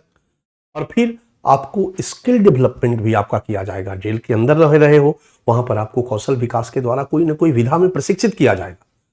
और फिर प्रशिक्षित करके जब आपको 2 लाख 3 लाख रुपया मिलेगा तो उससे आप एक रोजगार खड़ा कर सकते हो, और रोजगार खड़ा करके एक अच्छा जीवन जियो।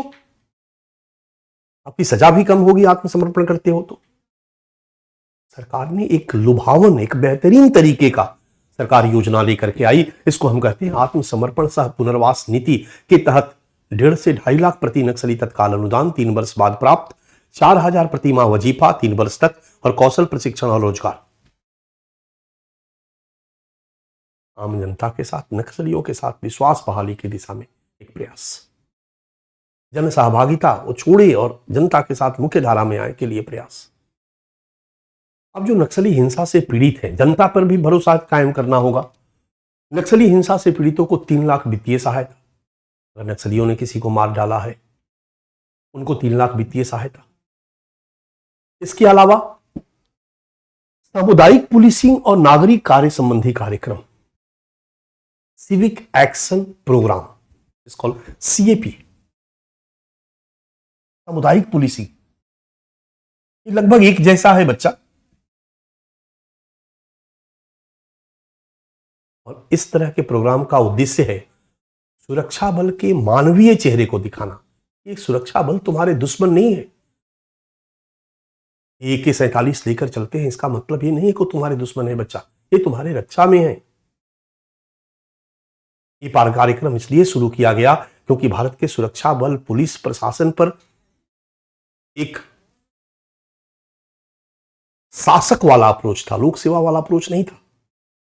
आम जनता और पुलिस प्रशासन के बीच का गैप बढ़ा हुआ था। पुलिस और प्रशासन से आम जनता डरती थी, पुलिस प्रशासन पर आम जनता का भरोसा नहीं था। भरोसा बढ़ाने के लिए ये प्रोग्राम शुरू किया गया, सामुदायिक पुलिसी कार्यक्रम और नागरिक कार्य संबंधी कार्यक्रम। इसमें पुलिस आम जनता का संरक्षक बन के रहेगा। किसी भी व्यक्ति को वृद्धा पेंशन नहीं मिल रहा है, फॉर्म लेके चलेगा, पुलिस भाई मेरा फॉर्म भरवा दो, मेरा वृद्धा पेंशन दिलवा दो। पुलिस उनके लिए काम करेगी, संबंधित डिपार्टमेंट में जाएगी, उनका फॉर्म भरवाएगी, वृद्धा पेंशन मिलने में उनकी सहायता करेगी यदि जन्मी नहीं तो। मेरा फॉर्म निकला हुआ, ये भरवा दो, मेरी ये समस्या कर दो, मेरा बिजली का बिल कट गया है। मतलब पुलिस बल खाली बैठे हुए। अगर पुलिस बल आम जनता के लिए एक सहयोगी, दोस्त, मित्र, इसको पुलिस मित्र भी कहा जाता है, पुलिस मित्र। सामुदायिक पुलिसिंग, अगर इस रूप में पुलिस आने लगे तो पुलिस तो दोस्त बन जाएगा आम जनता। आम जनता के मन में जो पुलिस पर से विश्वास खत्म हो गया है, वो विश्वास फिर से कायम होगा। आम जनता के मन में जब पुलिस का ये मानवीय चेहरा आएगा कि ये भी मानव है, इनके भी तुम्हारी तरह बच्चे हैं, पत्नी है, ये बस कमाने के लिए नौकरी कर रहे हैं, इनका काम है सुरक्षा देना, दुश्मन नहीं है आपके। ऐसा तभी होगा जो आम जनता के साथ मिलकर वो काम करे, आम जनता के लिए काम करे, नजदीक आए। हमारी सरकार ने विश्वास बहाली की दिशा में, हमारी सरकार का एक बहुत महत्वपूर्ण प्रयास है। इस पर स्पेसिफिक प्रश्न बन सकता है बच्चा। सामुदायिक और पुलिसिंग, सामुदायिक पुलिसिंग, नॉट सामुदायिक एवं पुलिसिंग, सामुदायिक पुलिसिंग एवं नागरिक कार्य संबंधी कार्यक्रम, सिविक एक्शन प्लान। इसका मुख्य उद्देश्य है सुरक्षा बलों के मानवीय चेहरा को प्रदर्शित करना। विश्वास बहाली की दिशा में एक और प्रयास है बच्चा, मीडिया योजना, परसेप्शन मैनेजमेंट। हमारी सरकार ने, हमारी सुरक्षा एजेंसियों ने महसूस किया कि आम जनता का एक जो परसेप्शन बना दिया है नक्सली संगठनों के नेताओं ने, लंबा लंबा भाषण देकर, मार्क्स के दर्शन को बताकर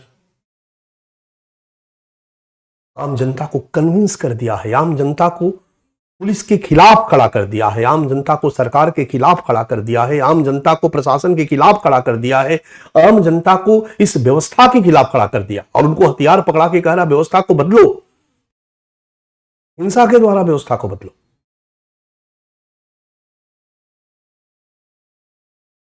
जैसा नक्सली संगठनों ने किया है उसका जवाब उसी तरीके से हो। और सरकार की इस नीति का पाठ है कि सरकार भी कोशिश करे और आम जनता के मन में नक्सलियों के खिलाफ परसेप्शन बदलने का प्रयास करे। नक्सलियों को बताए कि ये नक्सली, आम जनता को बताए कि ये नक्सली संगठन तुम्हें बेवकूफ बना रहे,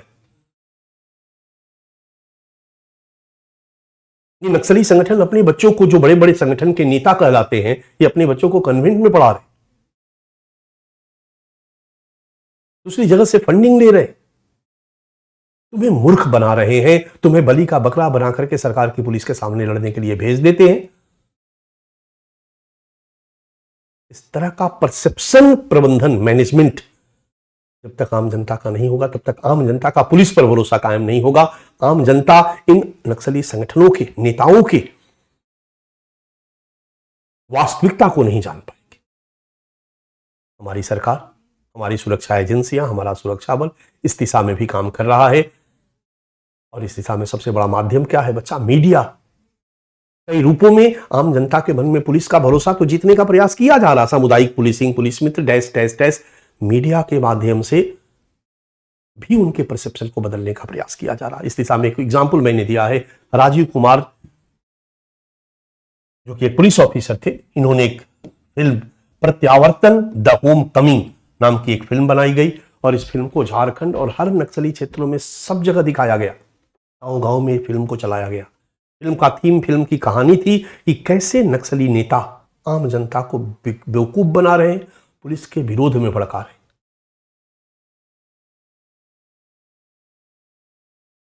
उनको कन्विंस करना था कि फिर से आप वापस घर आ सकते हो, एक अच्छी जिंदगी जी सकते हो। इस तरीके से, इस लेवल पर हमारी सरकार वामपंथी उग्रवाद को खत्म करने के लिए काम कर रही है। 2021 में लगा कि भाई युवाओं को, जो नक्सली क्षेत्र के युवा हैं, उनको पढ़ाया जाए, लिखाया जाए, स्पोर्ट्स में उनको लाया जाए। अगर नक्सली क्षेत्र के बस्तर के और दंतेवाड़ा और सुकमा का कोई लड़का इंडिया टीम में क्रिकेट खेलने लगे तो तुम देखोगे कि वहां के सारे लड़के बैट ले लेकर के क्रिकेट की तैयारी कर रहे हैं। कोई फुटबॉल का टाइप चैंपियन बना हुआ इंडिया टीम से खेल रहा, कोई क्रिकेट का खेल रहा है। इस तरीके से अगर स्पोर्ट्स में उनको आगे बढ़ाया जाए तो बड़ा क्लियर है बच्चा, कहीं कोई डाउट नहीं है, आम जनता के लिए, वहां के युवाओं के लिए वही आदर्श होगा, क्रिकेटर, फुटबॉलर। नक्सली आदर्श नहीं होगा। इसके लिए हमारी सरकार ने 2021 में एक योजना लेकर के आती है, सहाय योजना। स्पोर्ट्स, इसका फुल फॉर्म है sports action towards harnessing aspiration of youth. Jharkhand सरकार द्वारा नक्सल प्रभावित क्षेत्रों में इस योजना की शुरुआत की जाती है। झारखंड में स्पोर्ट्स वगैरह की काफी प्रचलन है, ढेर सारे बच्चे वहां स्पोर्ट्स में निकलते हैं। सरकार का अप्रोच है कि इस योजना को और तेजी से फैलाया जाए ताकि वही आइकॉन हो वहां के युवाओं का, नक्सली नहीं, एरिया कमांडर फलाना भगत, नो।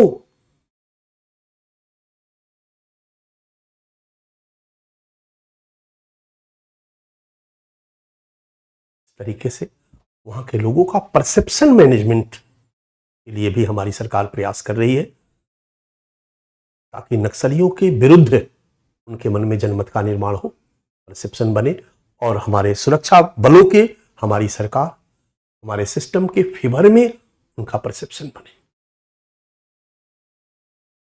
तो वामपंथी उग्रवाद से निपटने के लिए, वामपंथी उग्रवाद के रूप में सुरक्षा चुनौती को खत्म करने के लिए हमने 3 स्तरों पर अभी तक प्रयास देखा। एक, कानून के द्वारा प्रयास। दूसरा, योजनाओं के द्वारा प्रयास, विकास करने के माध्यम से प्रयास, विभिन्न योजनाओं के द्वारा विकास करना। और तीसरा, परसेप्शन मैनेजमेंट के रूप में प्रयास, ताकि वहां के लोगों का हमारी सरकार, हमारी पुलिस, हमारे सिस्टम पर भरोसा बने और नक्सलियों और नक्सली संगठन के नेताओं के ऊपर भरोसा खत्म हो। अब चौथे स्तर पर हमारा प्रयास है बच्चा, सुरक्षा बलों एवं आसूचना एजेंसियों का सुदृढ़ीकरण। सुरक्षा बलों और आसूचना एजेंसियों का सुदृढ़ीकरण, ये हम कल आपको करते हैं, क्योंकि आज आपका समय मेरे ख्याल से हो चुका है 12:45, 1:45, 2:45, 2 घंटा होने को है, आपका क्लास होता है। तो आज का क्लास मैं यहीं पर खत्म करता हूं बच्चा, आज का क्लास मैं यहीं पर खत्म करता हूं। कल हम लोग मिलते हैं, ये टॉपिक थोड़ा सा है, इसको करके क्वेश्चन आंसर करा देंगे और फिर हम परसों से शुरू कर देंगे मनी लॉन्ड्रिंग। मनी लॉन्ड्रिंग भी 2 या 3 क्लास होगा, 3 क्लास में इसको हम खत्म कर देंगे और इसके बाद फिर 2 टॉपिक रह जाएगा। एक, सुरक्षा एजेंसी, जो 1-2 दिन का क्लास है, नहीं भी पढ़ाएंगे तो चलेगा, ताकि नहीं पढ़ाएंगे नहीं, ऐसा नहीं होगा। कितनी फोर्स है, कितनी पुलिस है, यही जानना है। 1-2 टॉपिक उसमें है इंटरेस्टिंग, जिसको कि मैं पढ़ा दूंगा। और एक होगा साइबर क्राइम। तो साइबर का पार्ट टेक्नोलॉजी का पार्ट है, तो टेक्नोलॉजी का पार्ट आप साइंस टेक में पढ़ते ही हो, उससे जुड़ा हुआ जो सुरक्षा वाला विषय है वो मैं आपको पढ़ाऊंगा। डन। सो थैंक यू, आज की क्लास के लिए थैंक यू वेरी मच। कल हम लोग मिलते हैं बच्चा, कल 12:45। तो thank you, thank you, thank you.